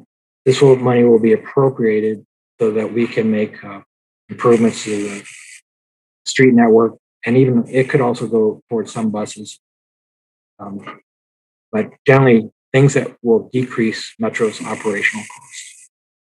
So that it could be things like signals associated with the transit redesign, or adding dedicated running width on specific streets that are not necessarily on the BRT networks. So that's Metro. Go traffic engineering. This is most of the things in, I'm going to say dark blue, are things that have been in the SIP, and they're just kind of things that have been rolled over from year after year. It includes a citywide LED conversion, which we have a 3-year proposal to convert our city streetlights to LED. Public safety radios, streetlight installation, traffic safety infrastructure, traffic signal installation, and then Vision Zero. Now, the Vision Zero, I want to say that is that hasn't necessarily occurred year after year, but it, the council and alders have been good to include this $500,000 the last 2 budgets. One thing that is going to require more funds will be the John Nolan tunnel lighting. Basically, that tunnel lighting is out of date. They don't make the parts. It's substandard. And traffic engineering was going to really update it, perhaps this or next year. However, when the more they got into it, the more deficiencies they found with breaker boxes that are rusty. The ventilation system is not to code. There's just a full spectrum of items that just are not to code. And so it's likely that that $1 million project will probably be $2 million. And if the complications continue, right now they're getting some national experts to help us with that. That project could be delayed to 23 due to the increase in scope. Right now, the traffic engineer would like to implement 20 is plenty throughout the city. That initiative will come before the board, but we need to request the funds that would enable that. With our budget submittal, they're estimating how many signs would have to be replaced, how many different locations, and that would be between $500,000 and $800,000. And the range there has to do with whether or not it's accomplished with city forces or if we have to use a contract.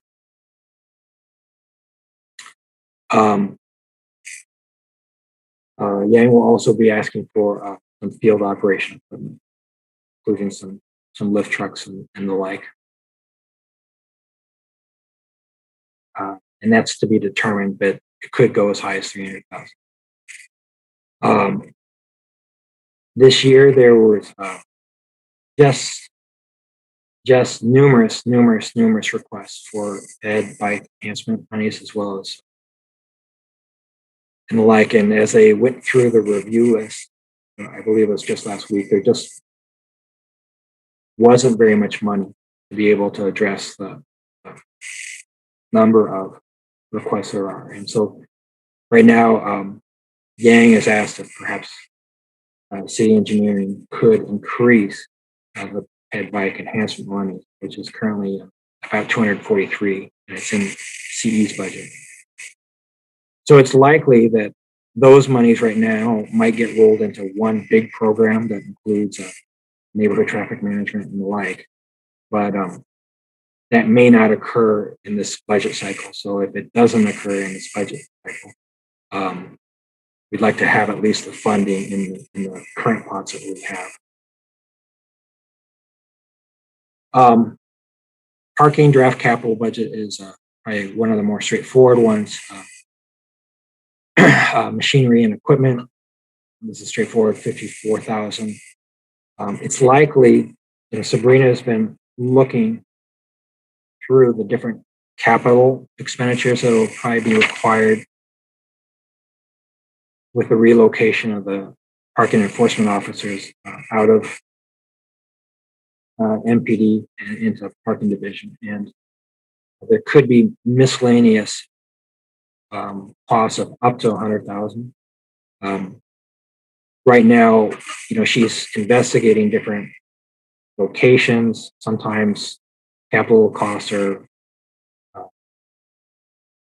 capital improvements or building upgrades are included with the rent, with the lease. If you lease for 5 or 10 years, sometimes they're not. And so I think she will probably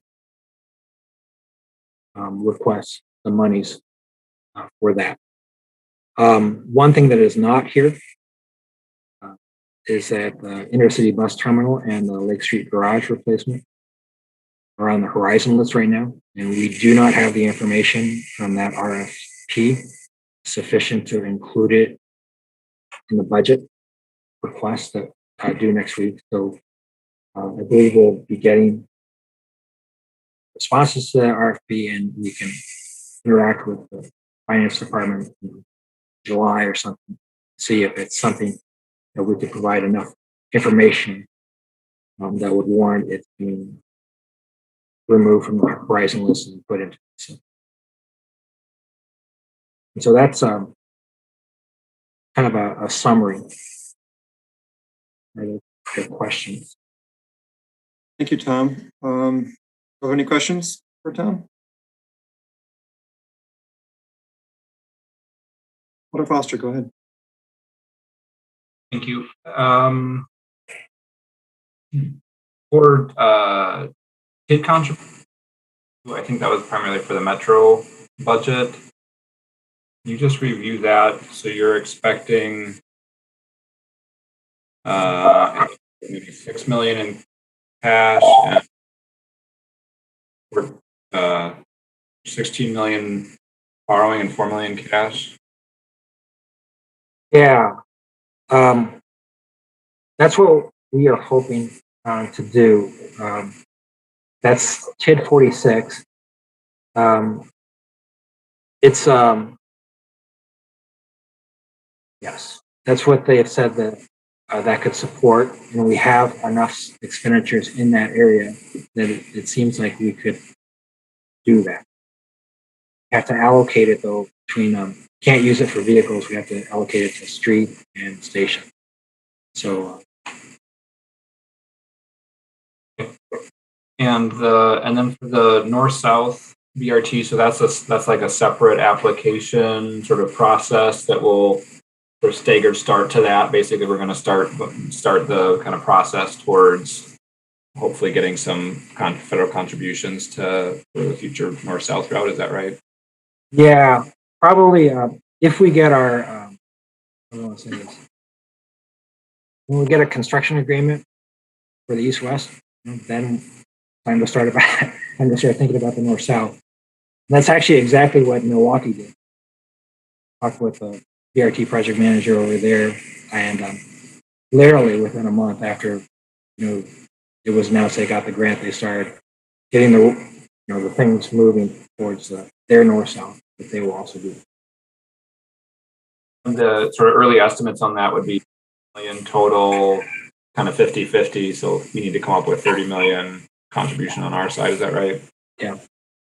And did that have? Are you thinking perhaps trying to tap into TID for that as well, or to be determined, or all borrowing, or what? I think that's to be determined. We don't really know. I think we understand the south portion of the route well. I don't know if we fully understand the north portion, and so it's. We haven't talked to the TIP staff about that. We just want to put it and show it as our intention. Now, if you notice, it'd be in 25 or 26, and so that's pretty far out.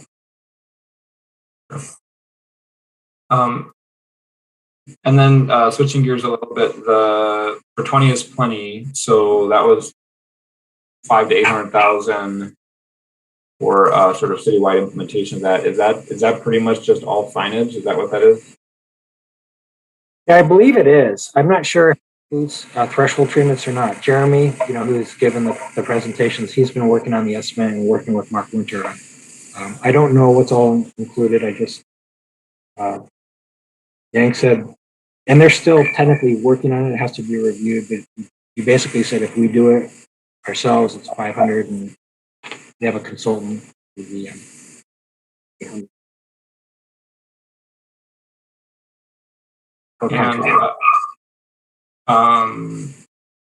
And then on the sort of tip project selection, is that so we got the sort of the tip proposal or presentation, I think, at our last meeting. I know we sort of started that conversation about project selection and how we might be able to accomplish some of our transportation goals through that. So that capital, obviously that's in the engineering's budget, so it's not shown here. But do you have? Are we expecting what part of that road reconstruction budget are we thinking would kind of relate to some of our identified transportation needs and gaps? I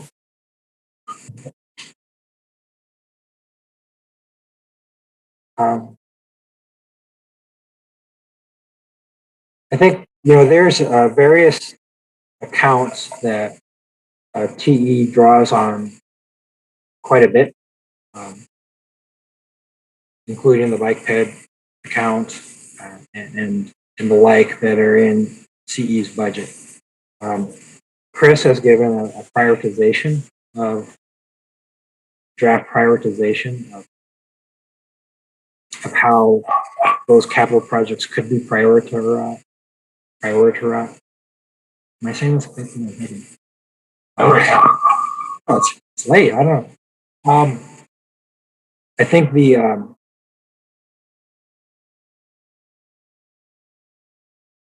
think the transportation department would be more involved in that.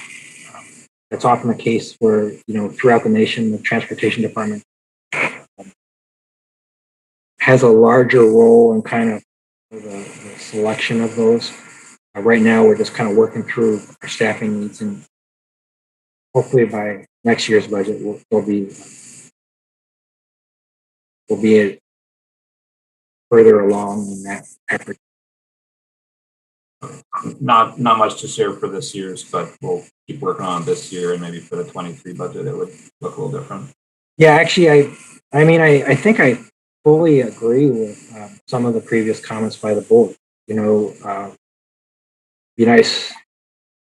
We can't ignore pavement condition, because if you don't address pavement condition, things fall apart, and they fall apart rapidly. But there are other factors that can go into the selection of our capital projects, and generally it's good not to just, if you have money for 40 projects, just to show 40 projects, but maybe to show 50 projects, right? And of the 50, which 40 should be funded. So we actually get to a point where there's a choice, right? There's a policy choice, and I think we'd like to move that direction. Just with all of our initiatives between Vision Zero, BRT, and Complete Streets, we're just having a challenge getting all the things moving in the direction would be good too. Maybe that's something we should put in front of ourselves as a board, even to work on this year, is what are the projects we'd like to have funded that we could then maybe suggest and get into that pot of projects, so that as we refine the prioritization tool, at least we've sort of put in, from a transportation policy perspective, here are some of the key initiatives that would really improve our transportation system. Maybe that's something we should be thinking about working on over the next year. Thank you. All right, Alder Harrington McKinney. Thank you very much. I had two questions, and the first, Tom, was around your description of the, where is it? The rescue, the Rescue Act funds. And so, not having to go through that again, that's an explanation that I have a question about. And so we can talk about that offline, or you can send it offline, but I'd like to go through and have a clear understanding of how that is applied and where that funding well, I know where it comes from, but how it was split up or derived. And my final question is for the parking capital budget. I know that this is an estimate, and you said that Sabrina is out looking for those needs to make that transition happen in 2020. And as you go into this budget session, the cost estimate, if there is a gap that's identified, how would that gap be made up? Is that something that you're looking at in terms of what's already in the budget, or would there be some kind of budget amendment that would come forward to make up that gap if it's a needed gap? Yeah. So there's really kind of two types of budgeting. The first is the capital budget, and we can actually have as much in our capital budget as we want, but the problem is that we have to pay the debt, right? We always have to pay the debt on whatever we borrow, and so we have to kind of be wise stewards of taxpayer dollars because we don't want our debt load to be so much. When we submit right now in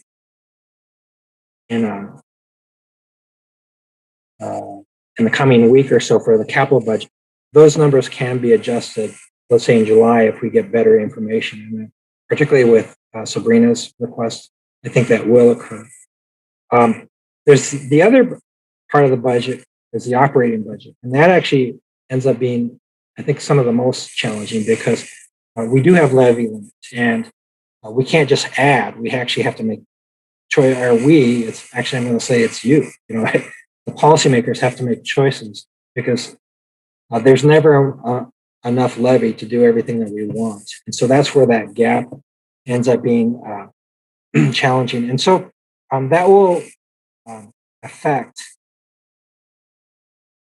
the budgets for transportation. And right now, the PEOs have basically been paid from the parking general fund, right?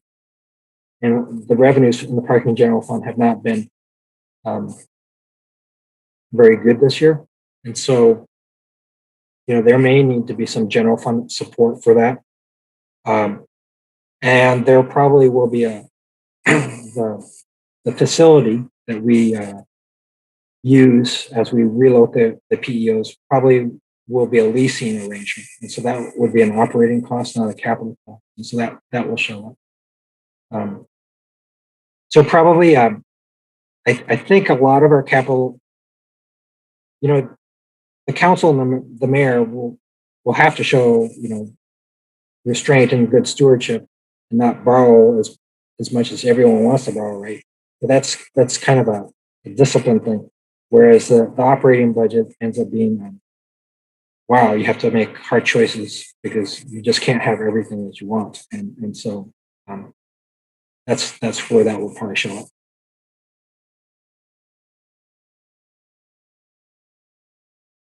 All right. Randy, you're up next. Go ahead. I think my question goes back to the Rescue Act funds as well. Yeah, I certainly know what those dollars are, but maybe I should speak to you offline. Are the dollars being used to offset the budget, or I'm looking at 2021 and 2022, and I see the same dollar amounts, the total. So this is an above and beyond, correct? Yeah, I think So, probably going to give you more information than you're asking for, but I'll. That's okay. Yeah. So, a quarter of Metro's expenses are made up for based on fare revenue, and so and you know, just like our parking reserves and the revenue has been decimated by the pandemic, so has Metro. Right? Mm-hmm. The federal government has been acknowledged that and realized that transit needed some help, you know. And so right now we're anticipating it's going to probably take us to 2024 to get back to, you know, full ridership that we had in 2019, you know, and the revenue that's associated with it. So the vast majority of those two funds are for that. And some of it also had to accommodate some of the quick capital expenditures that we had right away with the pandemic, such as the shields around the drivers and all. So those dollars are for 2021 to make up for that. Well, what I'll call is a well, yeah, but they will continue to help with the budget. So most of those will be kind of in the operating budget. Okay, operating budget. However, you know, this is kind of a long-term philosophical discussion, but costs for Metro continue to rise, and you know, gas gets more expensive, and wages get more expensive, and all those, you know, gas, even rubber tires, you know, all those get more expensive. However, the amount of state and federal aid that we've received is fixed. Okay, so what ends up happening is that because our costs increase at about maybe a rate 2% annually, right? But our fares don't increase, our state revenue doesn't increase, and our federal revenue doesn't increase. So almost all of the increase has to be absorbed by Metro or Madison and the partner. You know what I mean? So you know, we can't hand the state a bill or cost, so we want you to pay more. You know, it just hasn't happened that way for literally about the last 20 years. You know, so we have a little bit of a structural deficit, you know, in the year 2025 that goes beyond because of that. And so this is meant to address that. You know, can we make a bus route more efficient so that instead of 8 buses, it only requires 7 buses? You see what I mean? And so if we can make a bus route more efficient so that we can serve it with 7 buses instead of 8 buses, then we've just served, you know, the gas and a driver. Sure. And so this is more of I'm going to say it's a proactive measure to address a structural deficit that we've had for many, many years. And I think it will come in useful because the network redesign is going to require, you know, some changes to our geometry, or maybe a signal or two here and there. And these are funds that could be used for. Sure. Good. Thank you. And I have just one other question. And as an alder for Fitchburg, I'm very familiar. Well, I shouldn't say very familiar. Anybody who is great, but I mean, I'm somewhat familiar with TIDs and TIFs and so forth. But here you list TID 46 borrowing, TID 46 cash. Is TID TID 46 is a specific TID within Madison, correct? If so, where does that reside? I'm just curious. TID 46 is generally right around the University Research Park.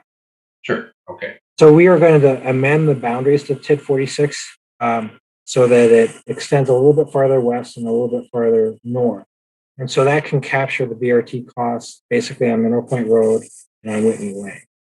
And so by doing that, and TID 46 has been a relatively healthy TID because if you drive around in University Research Park, there seem to be cranes. Right?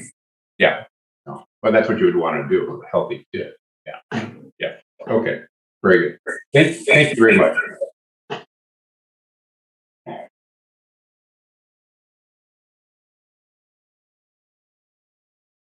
All right. Any further questions for Tom or other feedback?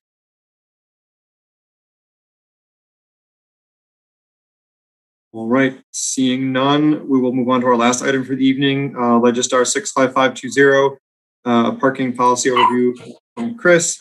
So for those who may not be familiar, Chris is part of a subgroup of this body that began looking at some of our parking ordinances and policies. So he's going to give us a brief update on progress that's been made. Chris, perhaps for the benefit of everyone, it might be a good idea, and Alder Foster is a part of that group as well, for either one of you to maybe just give a very brief introduction. What was the purpose? What were you setting out to do? Just so everyone's kind of on the same page. That would be great. So go ahead when you're ready.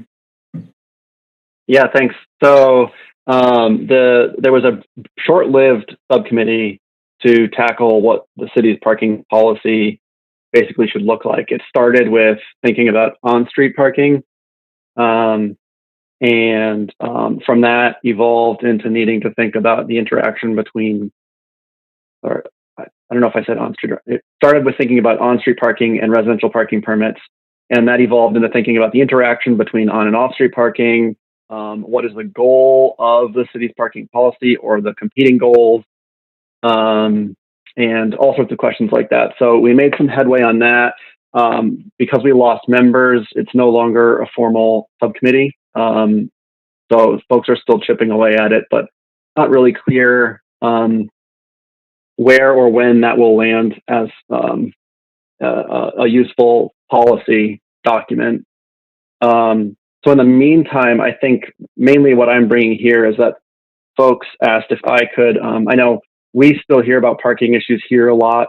It's a hot topic. It's often controversial. So I was asked to kind of come with some background on thinking about parking policy, mainly because I've thought about it more than any person probably should through research and policy work.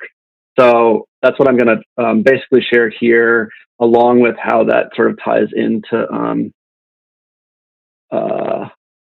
some stuff going on in parking policy in Madison now. So I'm going to figure out how to share my screen real quick. I think that worked. Cool. So I'll just start off, and I realize I'm keeping us from the end, so there should be 10 or 15 minutes, I think, if I'm good at what I'm doing. I'm just going to start off with this. If anyone wants to go down the rabbit hole of parking, there's a 700-page book called The High Cost of Free Parking by UCLA professor Donald Shoup. Long story short, parking is really expensive, and when we don't price and manage it correctly, the costs are passed on to all of us indirectly. So we know the average cost of a parking space for a garage is about $25,000 per space. We've heard this. That's about where Madison lands. We kind of throw these numbers around trivially. It's a pretty big number. I think there's even underground parking on the square that costs $40,000 per space. And just for perspective, we were just talking about the parking capital budget at $150,000. So that's, 5 or 6 spaces. So we're talking some pretty significant investments. And those do get passed on. So one study found that this parking adds $1,700 per year for an average apartment. That same study actually found that folks who don't own cars pay more than $600 on average, just because the costs of the parking are wrapped up in their rents. Like we do for most things, just passing along the cost. Another study found it adds 12 to 13% to the cost of a home or condo. So basically, so basically what we've done is sort of embed these costs and And for a long time, we thought that the biggest problem that we could have is not enough parking. And we sort of built our policy around that. That's the whole idea behind minimum parking requirements, which were the de facto parking policy for most cities for a long time. And then we started to recognize that having too much parking and incurring too much cost could be just as much of a problem. So that's why cities are moving away from minimum parking requirements. Madison started doing that like a decade ago. So sort of this shift, more balanced shift in thinking. There's another study that I worked on showed there's lost tax revenues because parking is a less productive use of land. Just all these embedded costs. So I won't dwell on that much more. There's also space for parking, which is important to keep in mind. These images show, so on the left, you've got a pretty typical parking provision ratio for housing of 1.5 spaces per unit. You can see what this looks like compared to a 900 square foot apartment, which I think for Madison is actually on the larger side in a lot of cases. So we're really talking about, in many cases, as much space for parking as we are providing for people to live in. And the image on the right is what you would see for office or retail space of 2.5 parking spaces per 1,000 square feet. You can see what that looks like. And actually, when we've been talking about office space lately, we've been talking about larger ratios than this, 3-4 spaces per 1,000 square feet. And the thing that I always come back to is when we hit 3 spaces per 1,000 square feet, we are basically requiring more space for cars than for the building itself. So that's when I hear numbers in this range, that's where my mind goes. And then there's this question of supply versus demand. How much parking is being used? Do we have shortages? There's a bunch of studies that looked at residential parking all across the country, including one that I led a few years back in Madison. Pretty much what we find across the board is 1/3 of residential parking spaces are empty overnight. So we are overbuilding residential parking at a rate of around 50%. And that's pretty consistent no matter where in the country you look. Whether you're looking downtown or out in the suburbs, this tends to hold pretty true. You can see this chart here of what we found in Madison. Basically, you can see the dots anywhere below that line means that that's how full they are, basically. So you can see that line that sort of pins all these different residential buildings. These are larger apartment buildings at around 2/3 full. And then a bunch of downtown parking studies across the country also. There was like 27 studies here. And they found that downtown, typically there was 65% more parking than needed on average. And even in places that reported a shortage, a perceived shortage, there was about 45% more parking than needed. And we hear this about shortages a lot. Not to say that there aren't very concentrated problems in certain places at certain times of the day, but I've never seen a study that didn't find that basically that shortage was just due to the fact that people, the most convenient parking was taken up. And there was a bunch of parking that was less convenient or in a place where people didn't know where it was, around a corner, behind a building, the top level parking garage. Those tend not to fill up.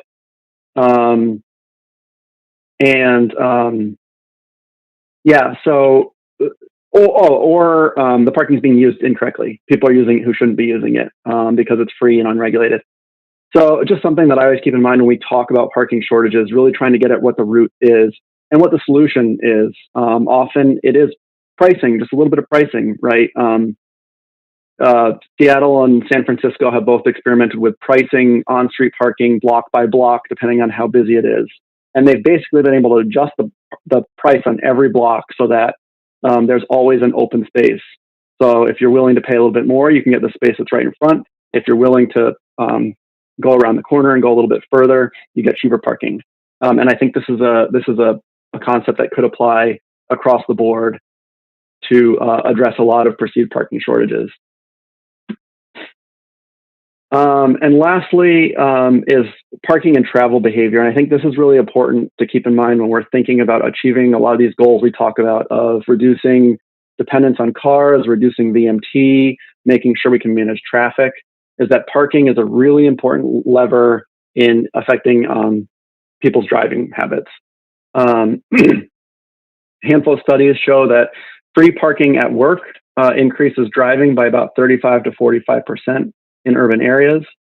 Free parking at home increases driving and lowers transit use. Charging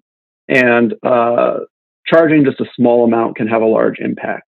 So we're not even necessarily talking about charging a lot for parking, but just giving people cues that they're expected to pay hourly or daily or monthly, and sort of give folks a choice, right? Because when we give people free parking, we take that choice away from them.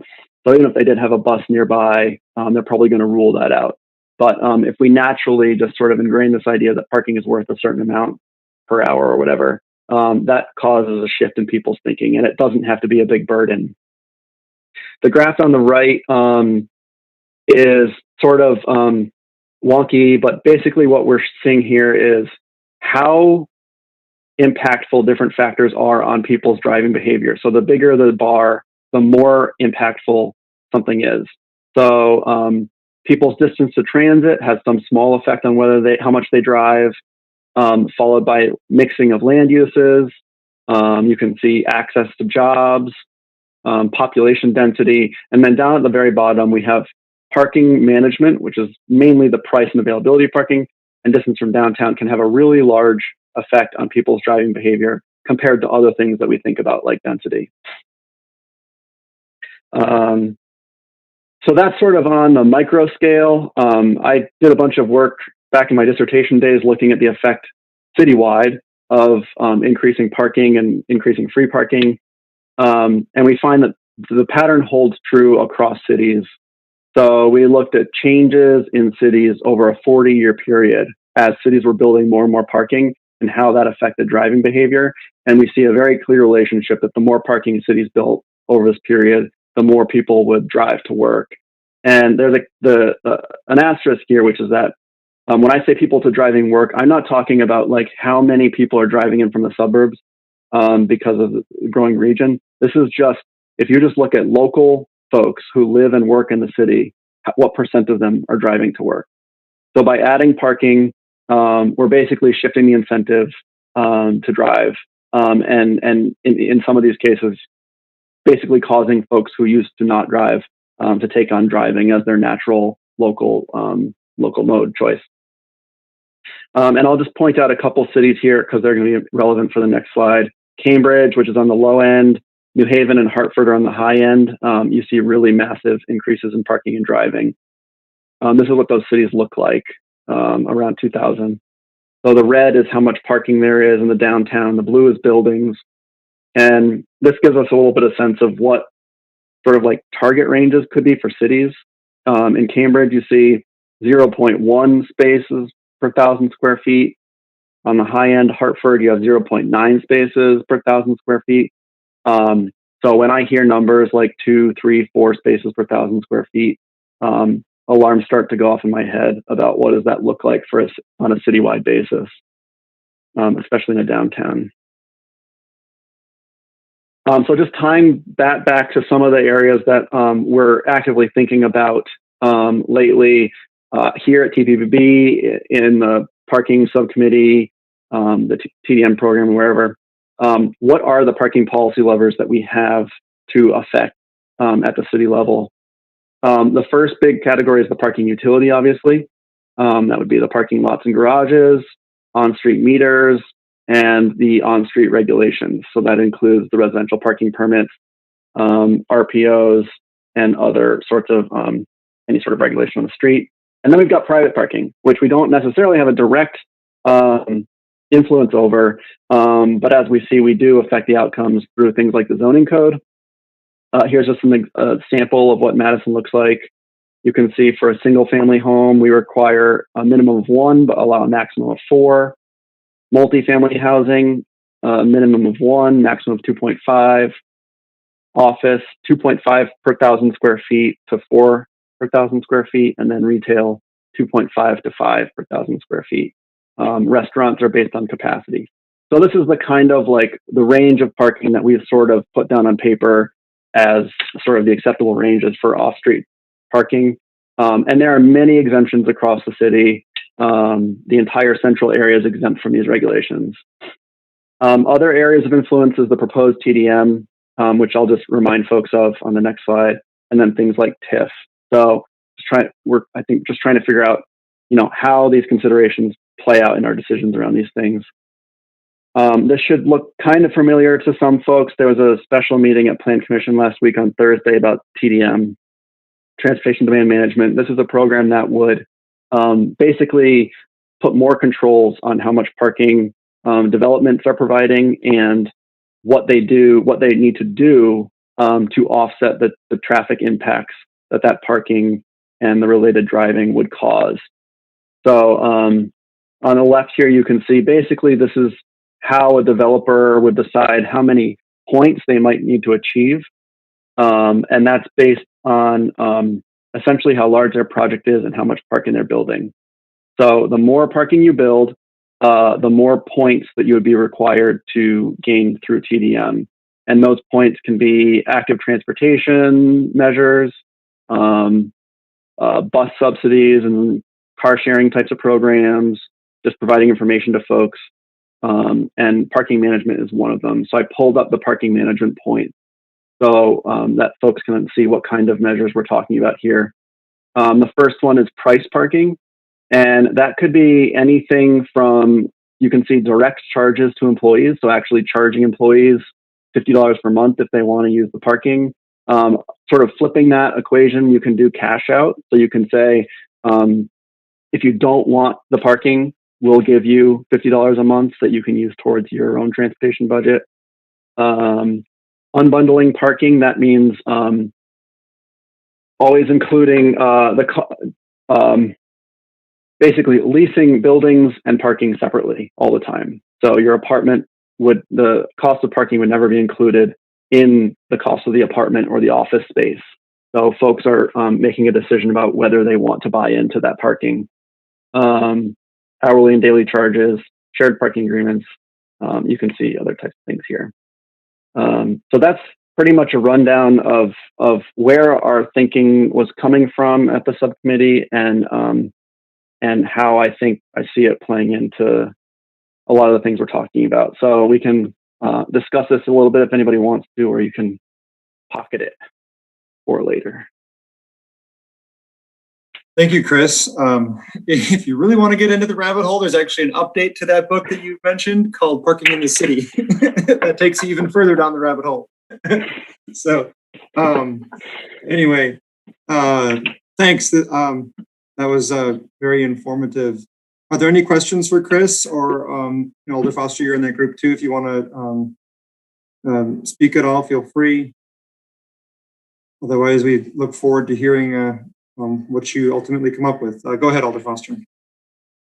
Yeah, just want to say thanks to Chris for doing that. I think it's really helpful. And also, I guess just, looking for any additional feedback from board members on, that sort of big picture kind of theory background. As Chris said, there's, as we've gotten into our work, I think we all agreed it's impossible to separate out and only deal with on-street or only deal with on-site, et cetera. So we're trying to work through it comprehensively, but also really trying to focus on getting something pulled together that we can actually start to implement. We've been talking about looking at sort of a neighborhood level to really start to work through what some changes with on-street policy might look like, and then how that would interface with TDM or other elements to be able to start to shift some of the off-street parking as well. But just really curious if folks have any input, questions, and I think ultimately, in addition to sort of bringing forward some draft policy changes, I'm sort of wondering out loud, what's the way that we as a board sort of all get on the same page and say, yep, here are the big themes, here's where we want to go. And then any thoughts from folks about how we help share that back to the Common Council? Because I think that is one of the challenges that I've seen even before my time on the council is everything's humming along, and then you get a specific project request. But all of a sudden it turns out it's hinging on parking, and without sort of this background, without any kind of clearly adopted policies, it really seems to throw the conversation into a space where nobody really knows how to deal with it. So, I mean, I don't, nobody might have any ideas right now, but I think it's something we as a board should be thinking about. And how do we go about kind of translating and localizing this sort of big picture academic knowledge into an understanding for policymakers across the board, including our colleagues at Plan Commission and other places, so that we can actually start to put some of this understanding into practice. So we'll just really welcome anybody's thoughts on that. Thank you, Alder Foster. Margaret, go ahead. Yeah, don't have thoughts on that at the moment, but I do have a question for Chris. Chris, could you talk for just a moment about the exemptions in our central business district to those parking rate, the zoning regulations on ratio of parking to square footage floorage for different types of uses? And what are the regulations downtown, or are there none? Yeah, anyone else who has more insight could weigh in, but basically there are no requirements in the zoning code for downtown and a bunch of other mixed-use districts.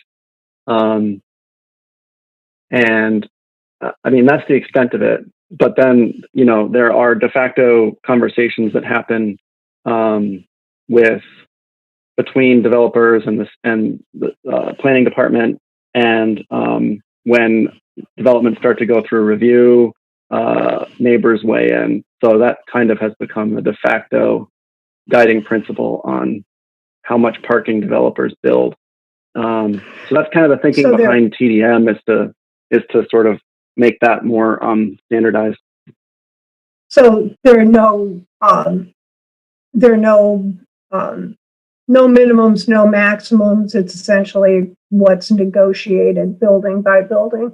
I asked the question because, in addition to the trade-off, I think downtown is one place where we may see this relationship fairly directly. And unfortunately, it's one of the many things that the pandemic has screwed up, because it's been very interesting to watch what has happened with UW student use of mass transit and the building of new residences in close proximity to campus that also have very large parking garages connected with them. Some do, some don't. But I don't think that we have systematic knowledge of how many more students are bringing cars to Madison, which is what we were trying to prevent. But we do know that for years, students reported that, they didn't drive or take the bus. They just walked to classes, because most of them self-reported that they lived within, a very short time distance to their classrooms. But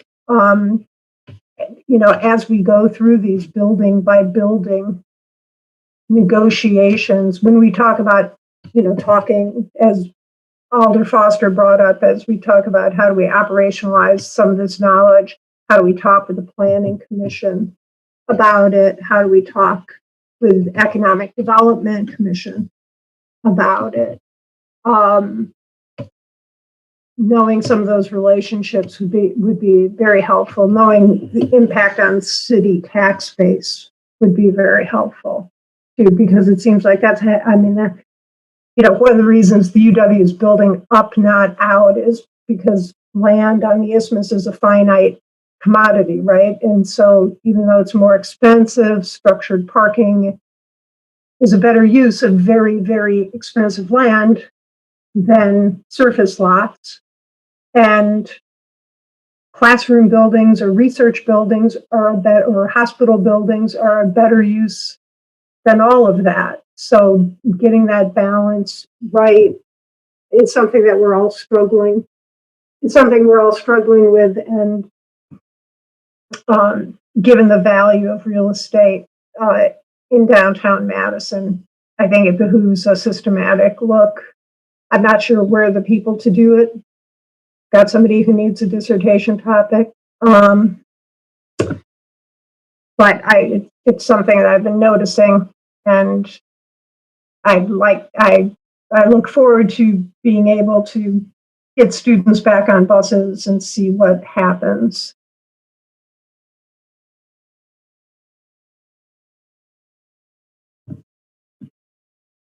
Thank you, Margaret. Are there any further questions or feedback or discussion? Any further comments that Chris, you or Foster want to make? This is certainly something that's going to be coming back to us. So thank you for that. No, I would just say Margaret raised a good point about data. One of the problems we always run into in this stuff is we don't know how much parking there is, how much it's used, who it's used by. So that definitely is one of the struggles. Thank you. Okay, if there are no further questions or comments, that's all we have for the evening. Entertain a motion to adjourn. Move adjournment. Motion by Alder Foster. Is there a second? Second. Second by Randy. All those in favor of adjourning tonight's meeting, please unmute yourselves and say aye. Aye. Aye. Opposed, no. Sounds unanimous. We're adjourned. Have a good night, everyone. Thank you.